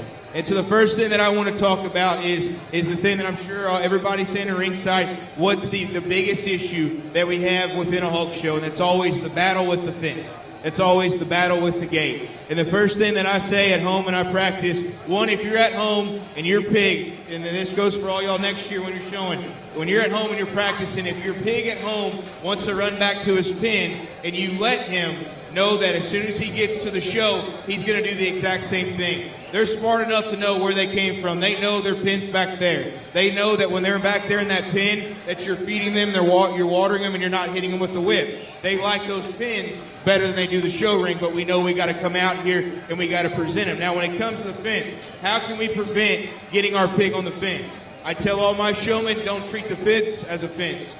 Draw imaginary line. So if we draw imaginary line about this far from the fence, all the way down there, if you never let your pig cross this line, he'll never get on the fence. So if you start fighting with him, getting him to go back that way right here versus right there, it's going to be a lot easier to keep your pig off the fence, because once he's on it, you don't have room to get your whip in between him and the fence. So I understand the battle of trying to get the hog off the fence. So if a young person can just keep their hog in the middle of the ring and keep them driving at the right speed with their head up, I think that's the biggest challenge that we can overcome, and they continue to get better from there.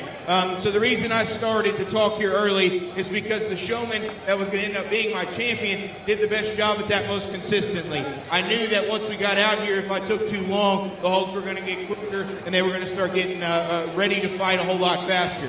The exhibitor that's going to be in my champion did what I was just talking about the best, but also did another thing that I'm very, very happy and proud of him for doing. If y'all remember, this exhibitor, when he came in the ring, the first thing his pig did was run. Just came out here and did a whole bunch of circles. So at that point, he had two options. He could have got frustrated, he could have got mad at his pig, and that could have ruined a lot of things after that. He stayed calm, he stayed with his pig, he showed his pig excellent the rest of the time. As soon as he came out the gate, he did those things I was talking about from the beginning. Young man right here is going to be our champion junior showman.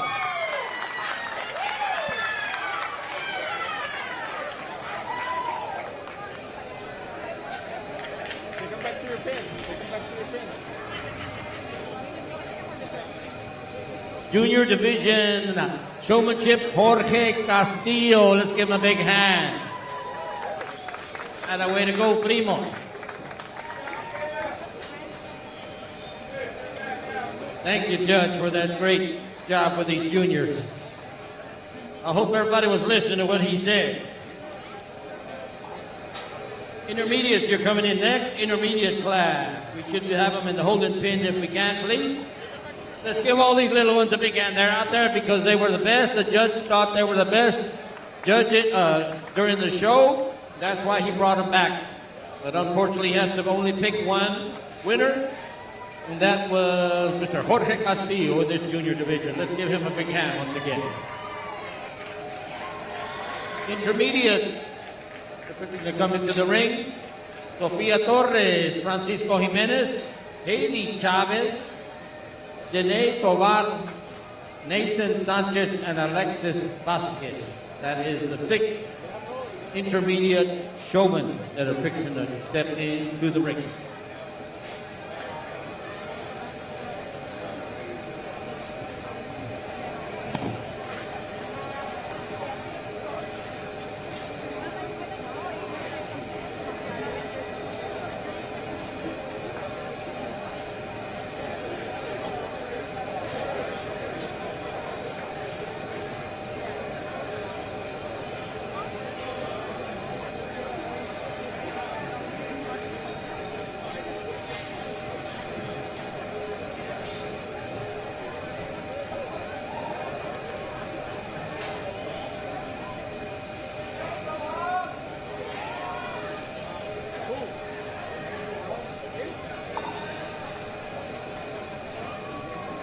Miss Flores over here taking names for our Pee Wee show. You want to come show a pig? If you're a second grader or younger, come on down and get yourself signed up for our Pee Wee show. Fixing to start here in a little bit. Pee Wee Piggies. That's what we're going to do here in a little while. Intermediate. We waiting on the intermediates or what, Tony? What's the deal, Lucille? Sofia Torres, Francisco Jimenez, Hailey Chavez, Dene Tovar, Nathan Sanchez, and Alexis Vasquez.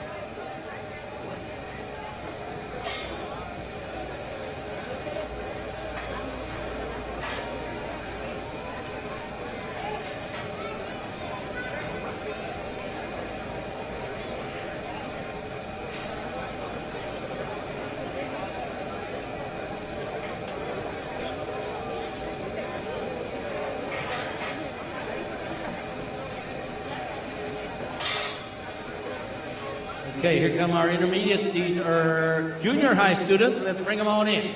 Come on, the judge says let them in.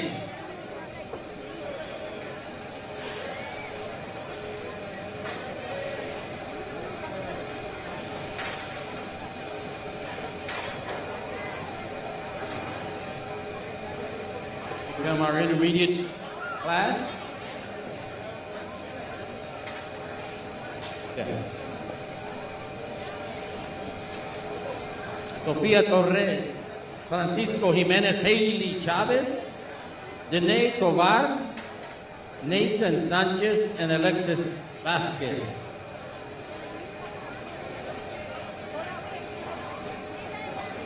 These are our intermediate showmen. That's what we're watching.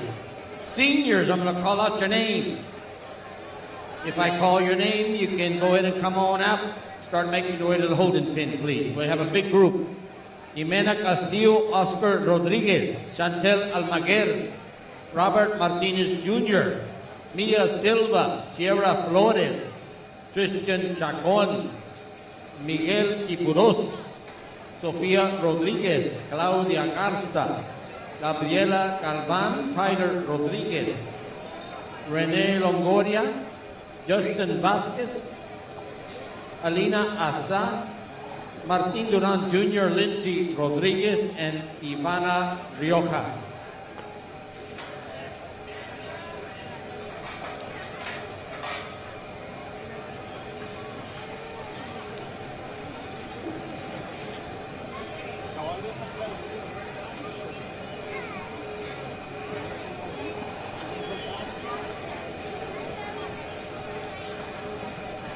We've got a vehicle needs to be moved, an Acura, Infinity, I'm sorry, QX80 RVT 3409. You're blocking somebody over here that's trying to leave. Black vehicle. Thank you.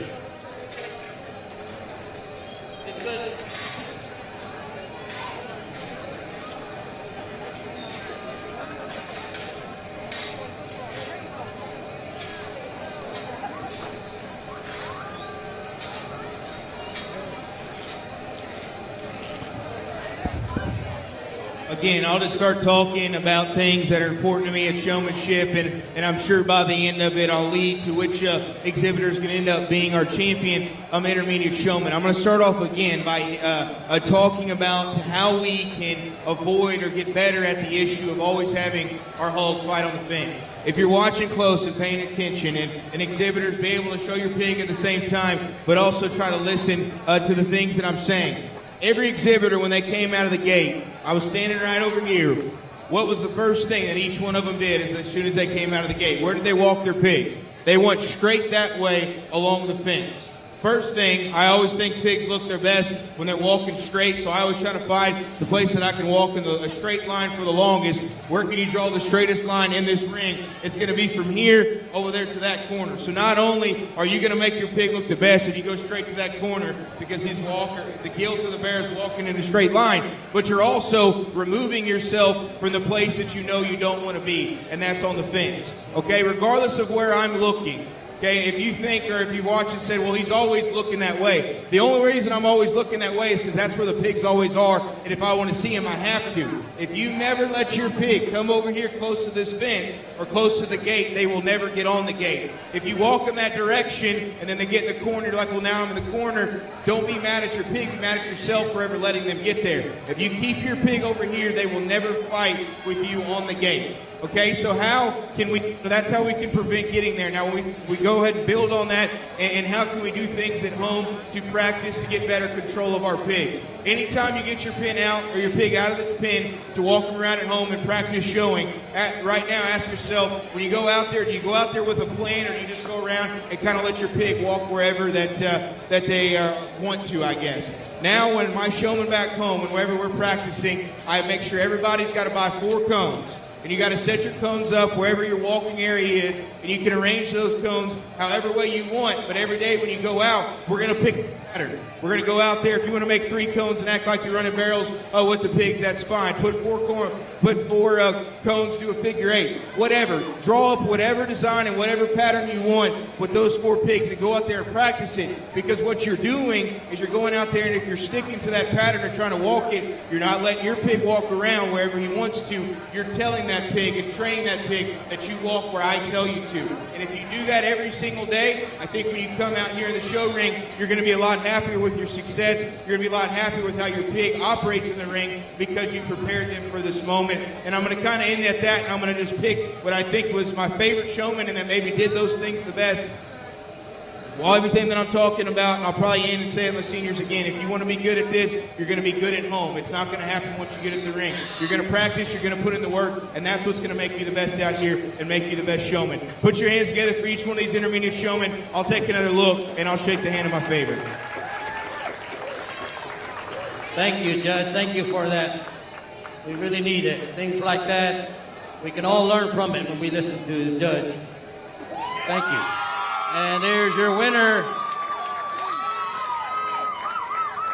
Nathan Sanchez. Grandpa did something good, didn't he? He's your intermediate showman champion for 2023. Give him a big hand. Nathan Sanchez.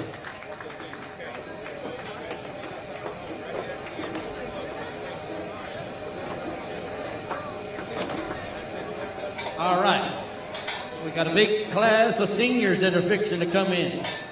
Our junior showmanship, intermediate showmanship buckle, donated by Eagle Pass Veterinary Diagnostic Hospital. So we thank them for their donation. Our junior hog showmanship was donated and presented by Mr. and Mrs. Stephen Dickerson in memory of JoJo Dickerson. So we thank them for their donation. All right, we're going to make the ring a little bit bigger because we got a big class of seniors that are fixing to come in, and the judge wants to have all the room, the whole ring to work with. Let me call out some names. Get y'all nervous. Christian Chacon, Miguel Tiporos, Sofia Rodriguez, Claudia Garza, Gabriela Galvan, Tyler Rodriguez, Rene Longoria, Justin Vasquez, Alina Asa, Martin Duran Jr., Lindsay Rodriguez, Ivana Riojas, Chantel Almaguer, Robert Martinez Jr., Mia Silva, Sierra Flores, Jimena Castillo, and Oscar Rodriguez. That is the big class of senior showmanship. Senior showman. And we're going to get out the way. The judge says, don't help them. Don't give them any assistance. They're going to do all the directions that he gives them himself. That's part of being a hog show, following directions. So we're going to turn them loose and work this class of senior swine showmanship. That's what we're fixing to start.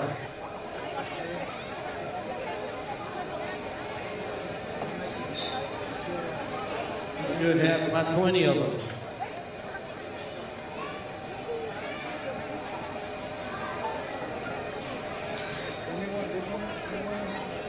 18. 18. I'm sorry. 18. Okay. And here they come. In no particular order. But this is Senior Swine Showman. That's what we're watching.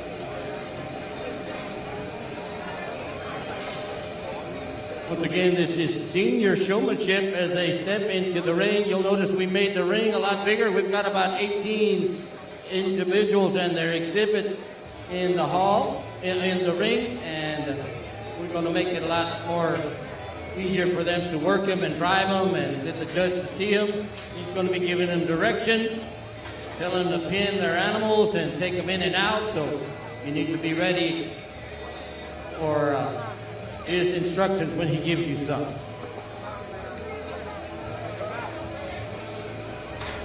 This is Senior Showmanship. That's what we're watching. After we get done with this, folks, we're going to have our championship drive for our grand champion selection of our 2023 Lamb Grand Champion for the stock show here in this year. Excuse me, for Grand Champion Swine. What am I doing? Talking about? This is Piggy Day, isn't it?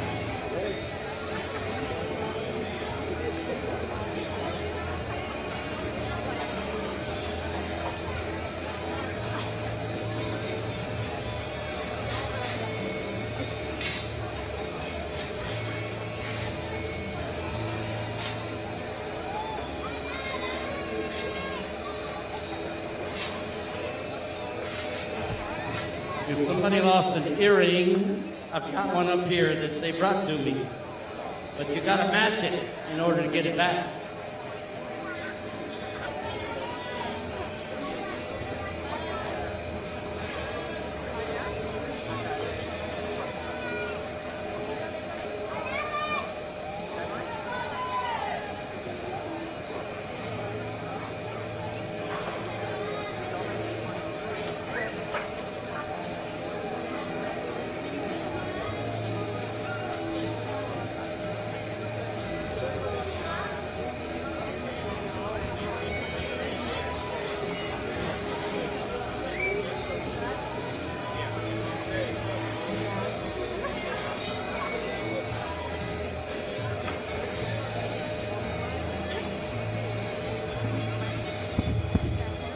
We're going to go ahead and work through this top end being the exhibitor's pin and potentially one more out here. Put your hands together for all these seniors. We'll allow them to exit the ring, and we'll go ahead and work back through the remainder.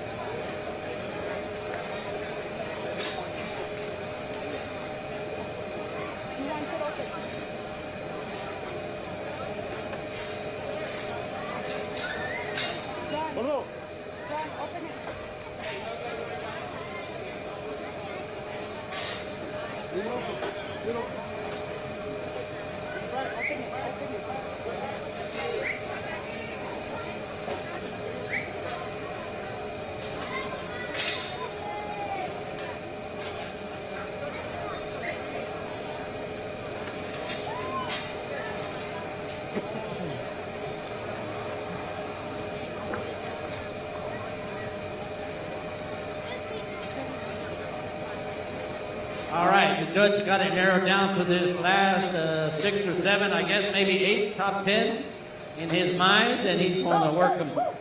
I'll leave the gate open, please. Thank you. That's part of the program.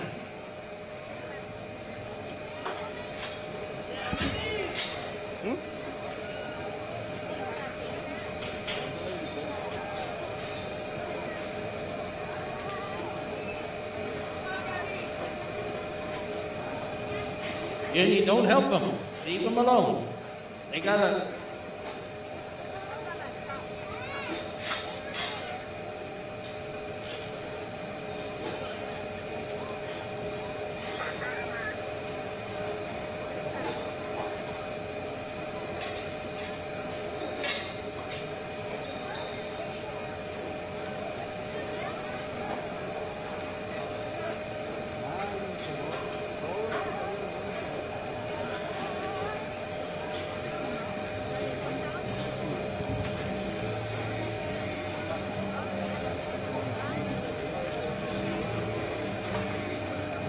Championship drive will be happening up next. If you're one of the champions, pre-champions, you need to be getting ready to go. If you've already been in the ring and you're part of the championship drive and your light crosses, your Durocs, all those grand champions from each division, you need to be ready to go. As soon as we get done with this, we'll give everybody about 10 minutes and then we're going to have our parade of champions here in just a little bit. Thank you. Also still taking names for the Pee Wee Club, the Pee Wee show that's going to happen in a little bit. Our young exhibitors, our little 2 and 3 and 4, 5, 6-year-olds, we're still going to give them a chance to get out here in the ring and strut their stuff. That'll happen after the champion, parade of champions. Looks like our judge is about ready to let us know what he thinks about these seniors. We'll turn it over to him.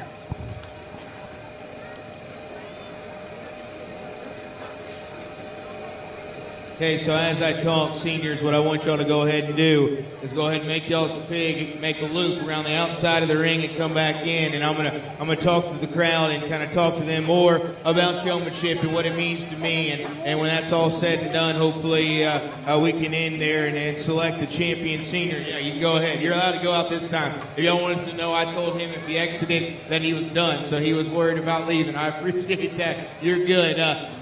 So what I'm doing right now, again, I'm watching which exhibitors have control of their pigs. If you can walk your pig around the outside, that tells me that you have control of your hog, and I think a good showman's going to. I'm going to hit on some more stuff, and I always like to do this anytime I'm judging showmanship. When there's things I see happen a lot that I would like to have different, I don't like to roll past. I want to bring those up, and one of those things being anytime that I'm standing at the gate, whether we were in the actual show and I was bringing hogs out one by one, when we did it in showmanship or when we did it coming out of the pens, one thing that you commonly see is the showman continue to try to show to me. All right, so I will let y'all know, as a show judge, I can't speak for everybody, but I'm friends with a lot of them, and I know that we agree on this. Whenever I'm sitting there and I'm watching hogs come out of the gate, whether I'm judging them in the show or judging them in showmanship, I'm taking that, I'm working through a process. I'm taking one pig at a time. Once you get past that first look, do not worry about that first look again. Personally, as a judge, when I'm sitting at the gate, I don't like showmen walking pigs in front of me. I'm not trying to look at you at that time. Okay, I'm trying to look at each pig as they come through the gate individually. All right? So what should you be doing once you get out of the gate, you get past me, and there's hogs that continue to come out? Well, ask yourself, what is actually the goal of showmanship? What are you supposed to be doing? And to me, that's the biggest misconception, I think, industry-wide, in my opinion, when you ask a lot of people about showmanship. It's not necessarily just about the kid. Right? It's not just about the showman. To me, showmanship is which showman is making their animal look the best. All right, so everything and every decision you make, it needs to be, what can I do to present my animal the best that I possibly can and make them look the best they possibly can. So this particular topic I'm on right now, when they come through the gate, after I look at you, what could you do to help your animal? Well, continuing to walk them behind my back when I'm not even looking at them, that's not going to help. All that's going to do is tire down your pig. When you get past me and you're out there in the ring, don't be afraid to go ahead and scratch your pig. Let them relax. When I turn around and I'm ready to judge, now get your pig rolling. And that pig's going to be more ready than the other ones will. Okay? So it happened in every class. Okay? It happened in showmanship every time. So I wanted to bring that up because I think as a whole that's something we can do better. Get your pig out of the gate. Get your pig through that gate. Get behind me. Let him relax so he's ready. And the reason that you want to let him relax is because he's going to look his best. You don't have to continue to show to me. You're going to have two different type of animals when you're showing. You're either going to have one that's good enough to win. You're going to have one that's good enough to not. You're going to have one that's not good enough to win. All right. Regardless of which pig that is, when I turn around, I already have that in my mind. I have in my mind whether you're a good one or bad one. One more lap in front of me while I'm trying to look at the other pigs is not going to change my mind on that. When I turn around, make sure they're looking their absolute best. When we get out here in the ring, things that I see a lot and I think are very important to me is if you watch kind of the flow of a show and how it works, usually all the pigs are bunched together. Okay, like right now we got two pigs that are right next to each other. All four of these pigs are right next to each other. I got open spots over here. I got open spots over here. When I practice with my showman back home, I tell them, go find the open spot, because what is showmanship about? It's about making your animal look the best. Is an animal going to look good or a pig going to look good when he's trying to dip and dodge around another one and he's having to walk to the left of it, move his head, put it in the ground? No. A pig's going to look its best walking a straight line in the open spots. Right now, I would want a hog driving perfect with nothing to mess with him right there in that open spot. Right now, we got an open spot developing over there. Now, I know why some people don't like to do that, because you're like, I got to put myself in front of the judge. It brings back the same topic. You're either going to have one that's good enough to win, or you're going to have one that's not good enough to win. Regardless of which pig that is, I know.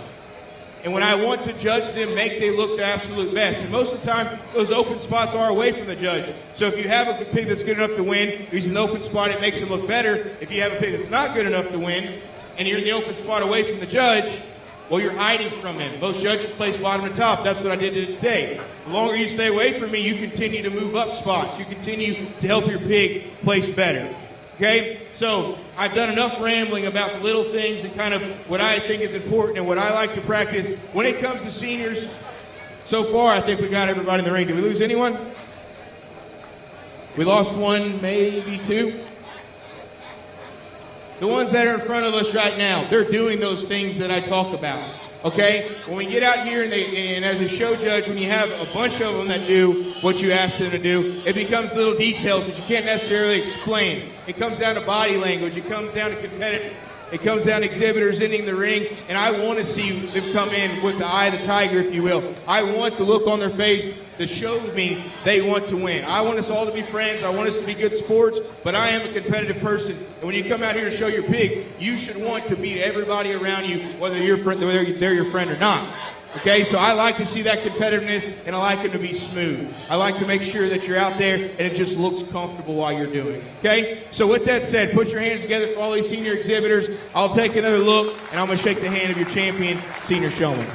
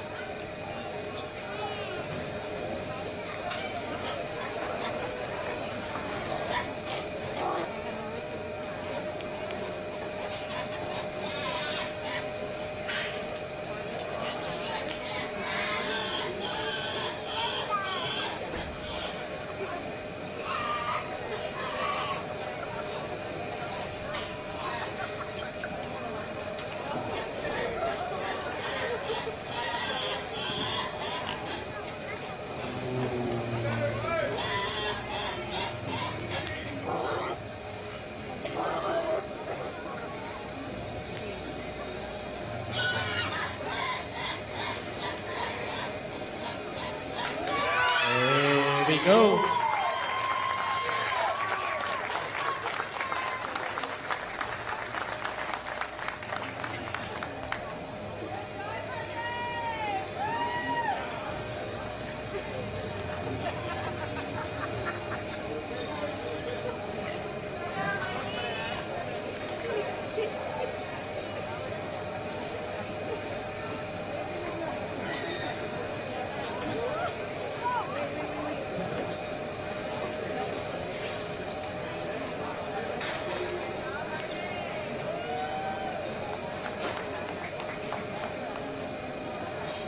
Martin Duran Jr., your senior showmanship. Come on, make some noise for him. He worked hard out there. He was sweating, but everybody else was. Give him up for all of them. They were out there because the judge thought they were the best of the best. And thank you to our judge. Please give him a big hand for our showmanship competition. He did a great job with our kids. Thank you for all the hard work, talking to him and explaining what he thinks they need to do. And I'm sure they all learned from it. All right, championship drive will be next. We're going to give everybody 10 minutes. Get yourself ready for our championship drive. All our champions, get ready. The different classes, we'll call out your name. But we're going to give everybody 10 minutes. Let's do it 10 minutes for now. 4:15, how's that sound?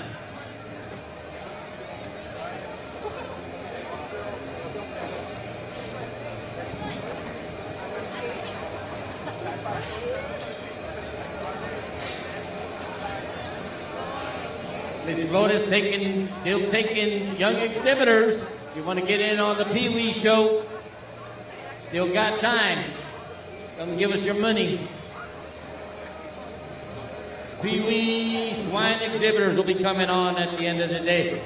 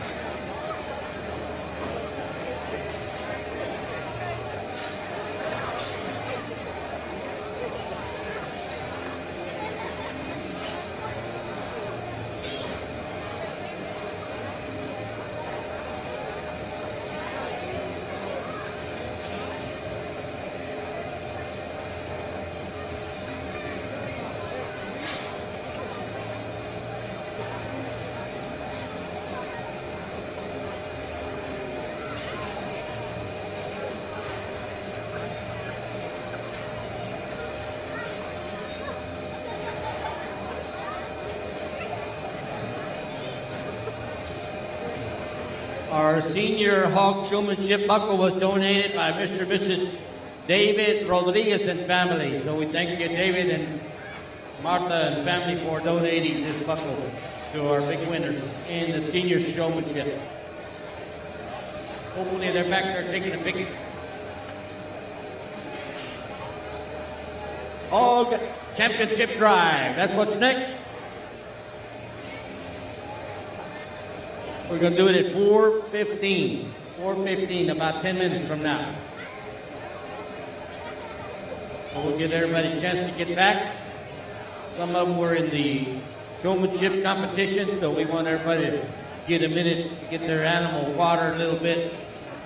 Then we'll bring them back out for the championship drive.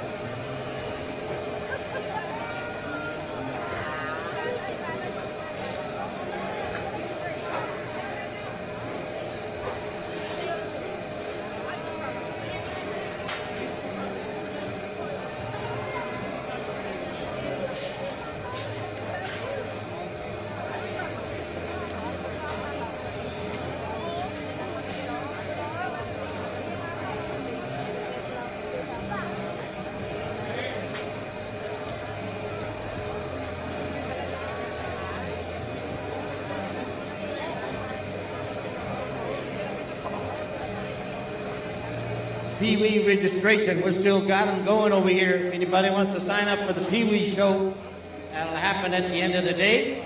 Here's, get registered here with Miss Flores or Miss Jimenez right here by the announcer stand. Championship drive fixing to happen for our 2023 Grand Champion selection of our Lamb division. Oh, excuse me, hog. Been a long week.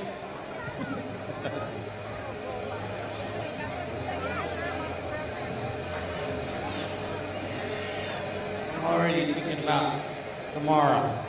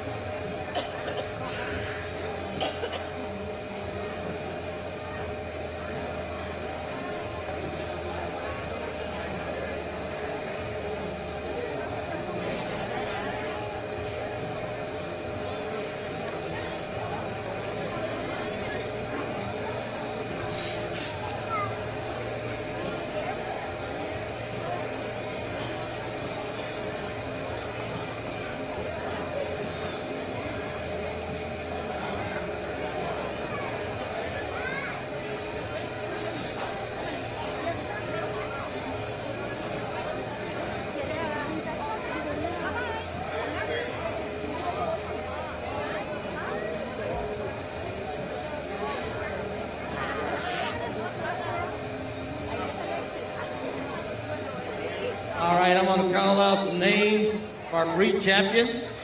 If you're ready, you can go ahead and come on forward. In the half class,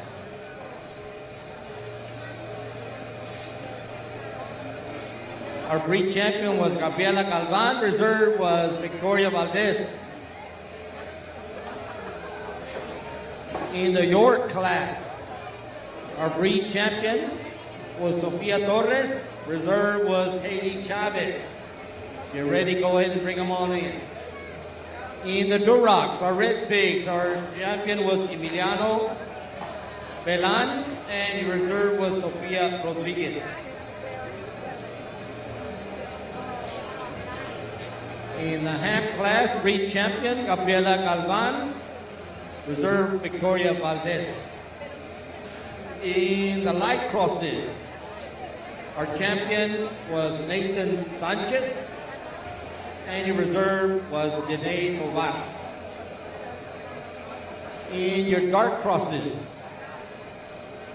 your champion in that division was Jimena Castillo, and reserve in that group was Martin Duran Jr. Those are the individuals that will compete for our 2023 Grand Champion Hog for our stock show this year. So as soon as we can, let's get them pinned up in the holding area, and we'll have our championship parade here in just a minute.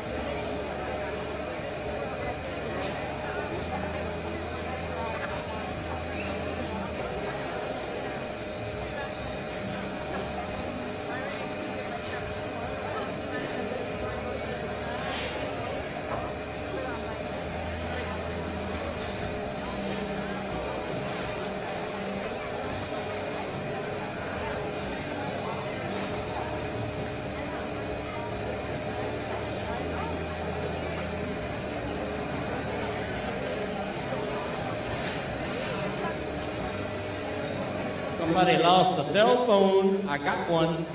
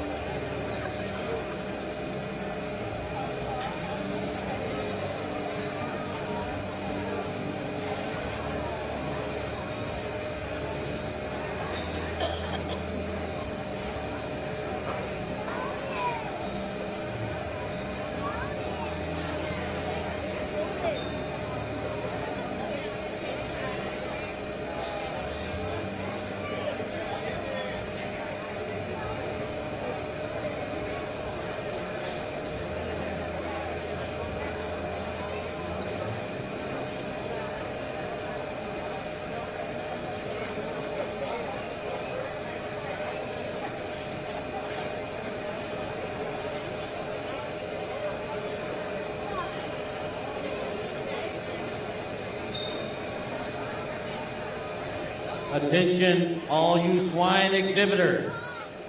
Superintendent just told me that you can't leave till you sign out with him until the barn is clean. We're responsible for our trash today, and we got to get the barn ready for our steer show tomorrow. So all our exhibitors need to hang around and clean up the pen area, and also we need to clean up around the bleachers. So let's cooperate, everybody hang out. If we can get all good done together, if we work together, we'll get it done in 30 minutes. So let's make sure we get our trash and everything cleaned up out of our pens before we leave the end of the day. Superintendent said you can't leave till you check in with him. Thank you. We're fixing to start our championship drive, folks. If you want to watch the selection of our grand champion, I would suggest you start making your way to the bleachers. We're fixing to have our parade of champions in this hog division, in this hog show for today. Day number 3 here of our 2023 Maverick County Junior Livestock Show. As we wrap up our swine show today with the selection of our grand and reserve champions for this year's show. And that's going to happen here in just a minute.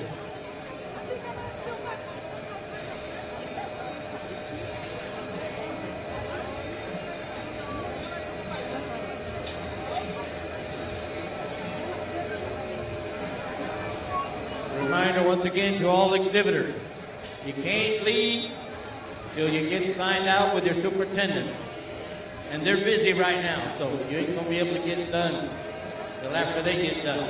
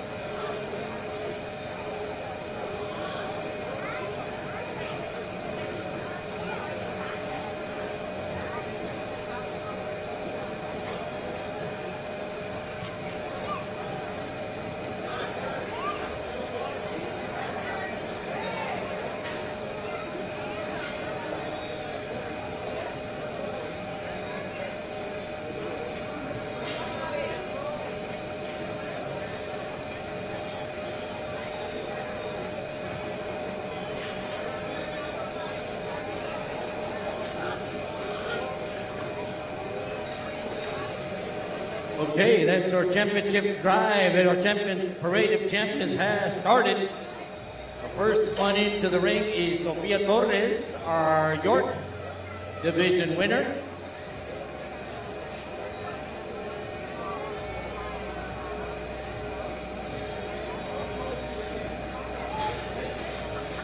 Next, we'll bring out our Duroc champion, Emiliano Velan. His animal weighs 233. Our half-breed champion, Gabriela Galvan, her animal comes in at 245. Our light cross,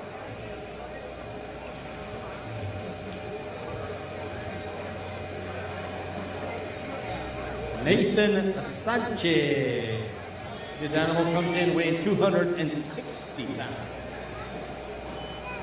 Comes Nathan. And our dark cross champion,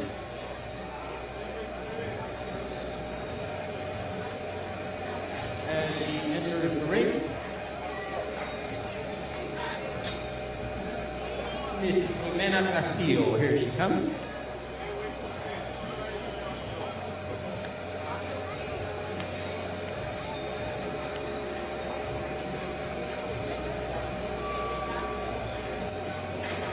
Jimena's animal weighs 269.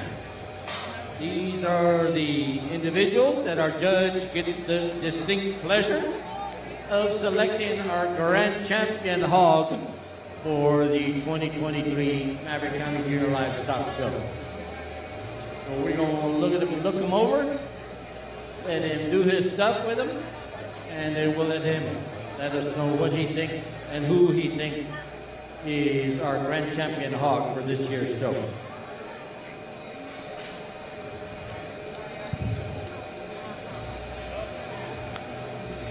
Somebody brought me a cell phone. If somebody lost their cell phone, I've got a cell phone up here.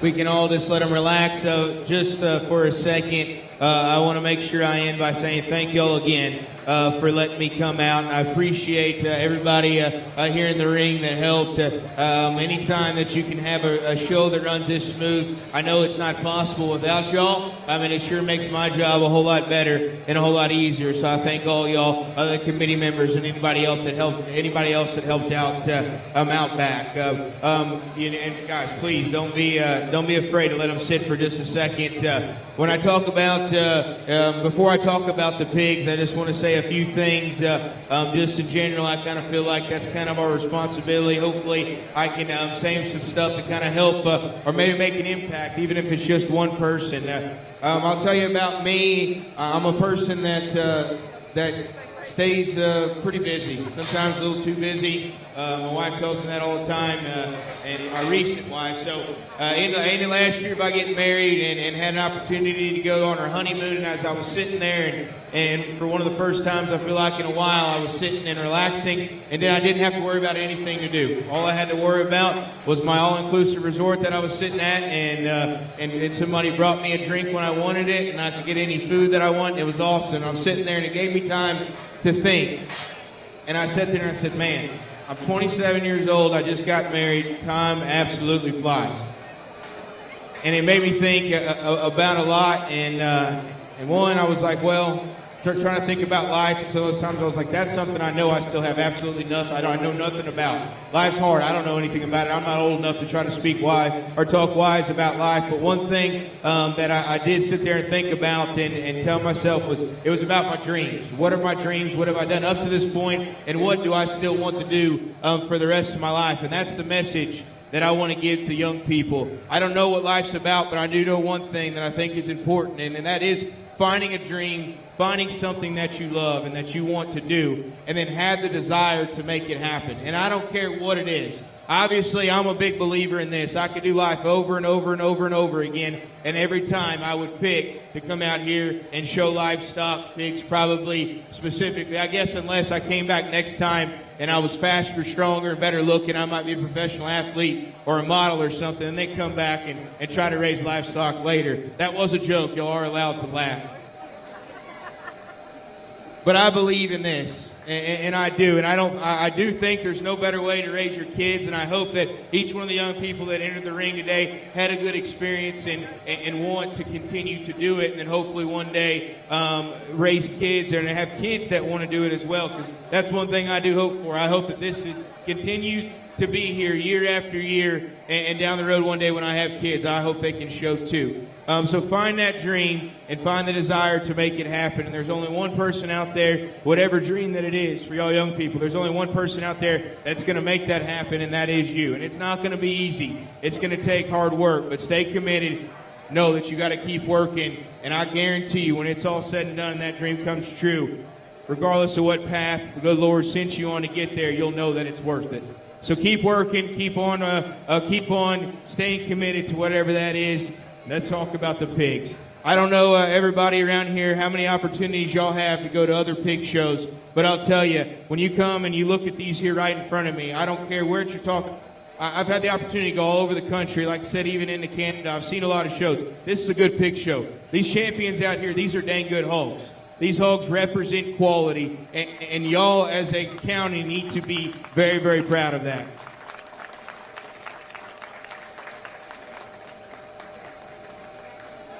I don't believe there's a perfect animal out here, and I'm not saying any of these are. They're definitely not perfect, but they're dang good. You've heard me talk a lot about stoutness, power, feature, rib, muscle. Those things are very important to me. That's kind of the thing that I like. I've always liked hogs stout. I've liked them broad and big and bulky, but also they got to be good structured. We always got to make sure that we continue to push hogs to be good in terms of their build, because they got multiple different jobs. Sure, they got to come out here as a market animal, but some of these got to go back. They got to be females. They got to produce and make the next generation and continue to make them better. So the reason I bring that up is, although as much as I like stoutness and power, and I know there's some people out there that ramp and rave about build and look, I still think the best animal is the one that puts together those things. And I do think we have a bunch of champions that combine those pieces that I'm after, but the one that's going to end up being our winner, I think, takes all those pieces maybe just to another level.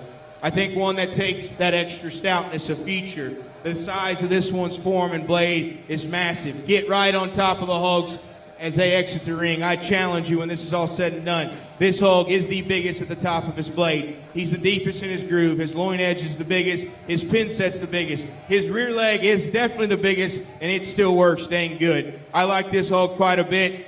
Go ahead and put your hands together, not only for the exhibitors that are out here, but everybody that showed today, and I'll go shake the hand of your champion market hog.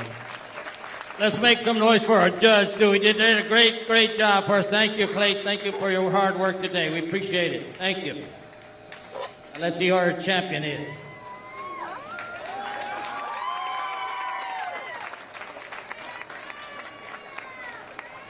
They're all winners in our eyes, aren't they? They're all winners. We can only pick one champion.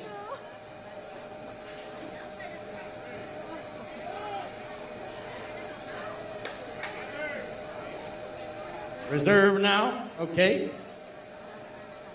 From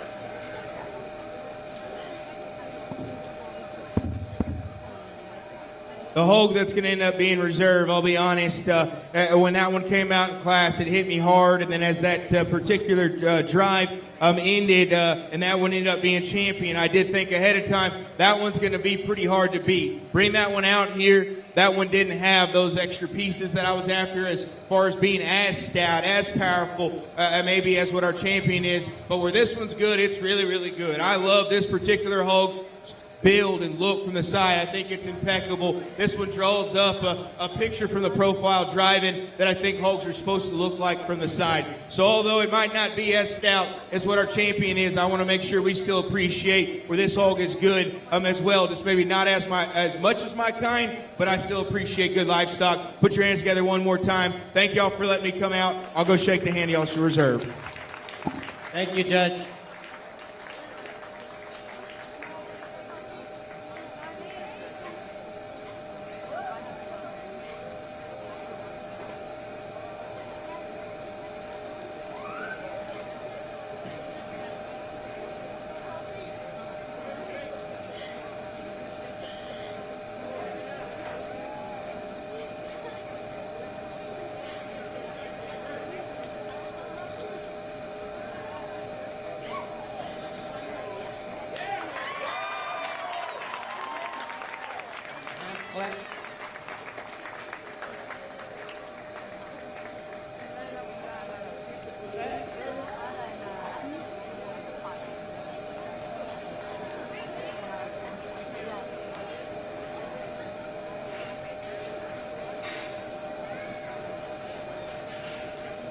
Gabriela Galvan is our 2023 Swine Grand Champion. Let's give her a big hand. And the reserve was from the Hamp class. Is that right?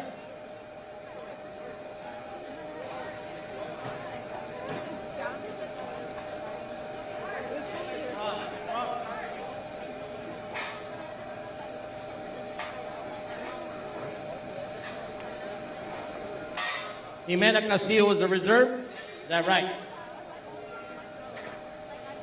All right, thank you, everybody. And the buckle donation for a grand and reserve champion buckle donated by Mr. and Mrs. Machado Reyes. They're here, and we'll thank them for their donation. Invite them back there to go back to take their picture. And our grand champion hog buckle donated by Miss Lynna Purcell and family. And we'll invite them back there to the back to get their picture taken. Thank you, everybody. That's it. Oh, no. We're not done, are we? We still have the fun part. The Pee-wee show. That's what's going to happen next. Oh, Piggy Graham. Okay, we're going to have a Piggy Graham presentation by Miss Danny D. 20 minutes. Okay. We're going to have it at 5 o'clock.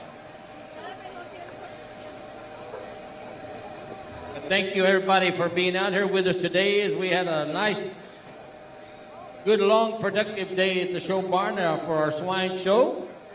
And tomorrow we'll have our steer show, which promises and is supposed to be one of the best we've ever had in our history of our stock shows. So invite y'all to come back tomorrow for our big steer show that'll be happening right here in the show barn. Piggy Graham presentation at 5 o'clock. Then after we get done with that, we'll do our Pee-wee show. So Miss Florida's still taking names if you want to get in on the Pee-wee show. 2nd grade or younger,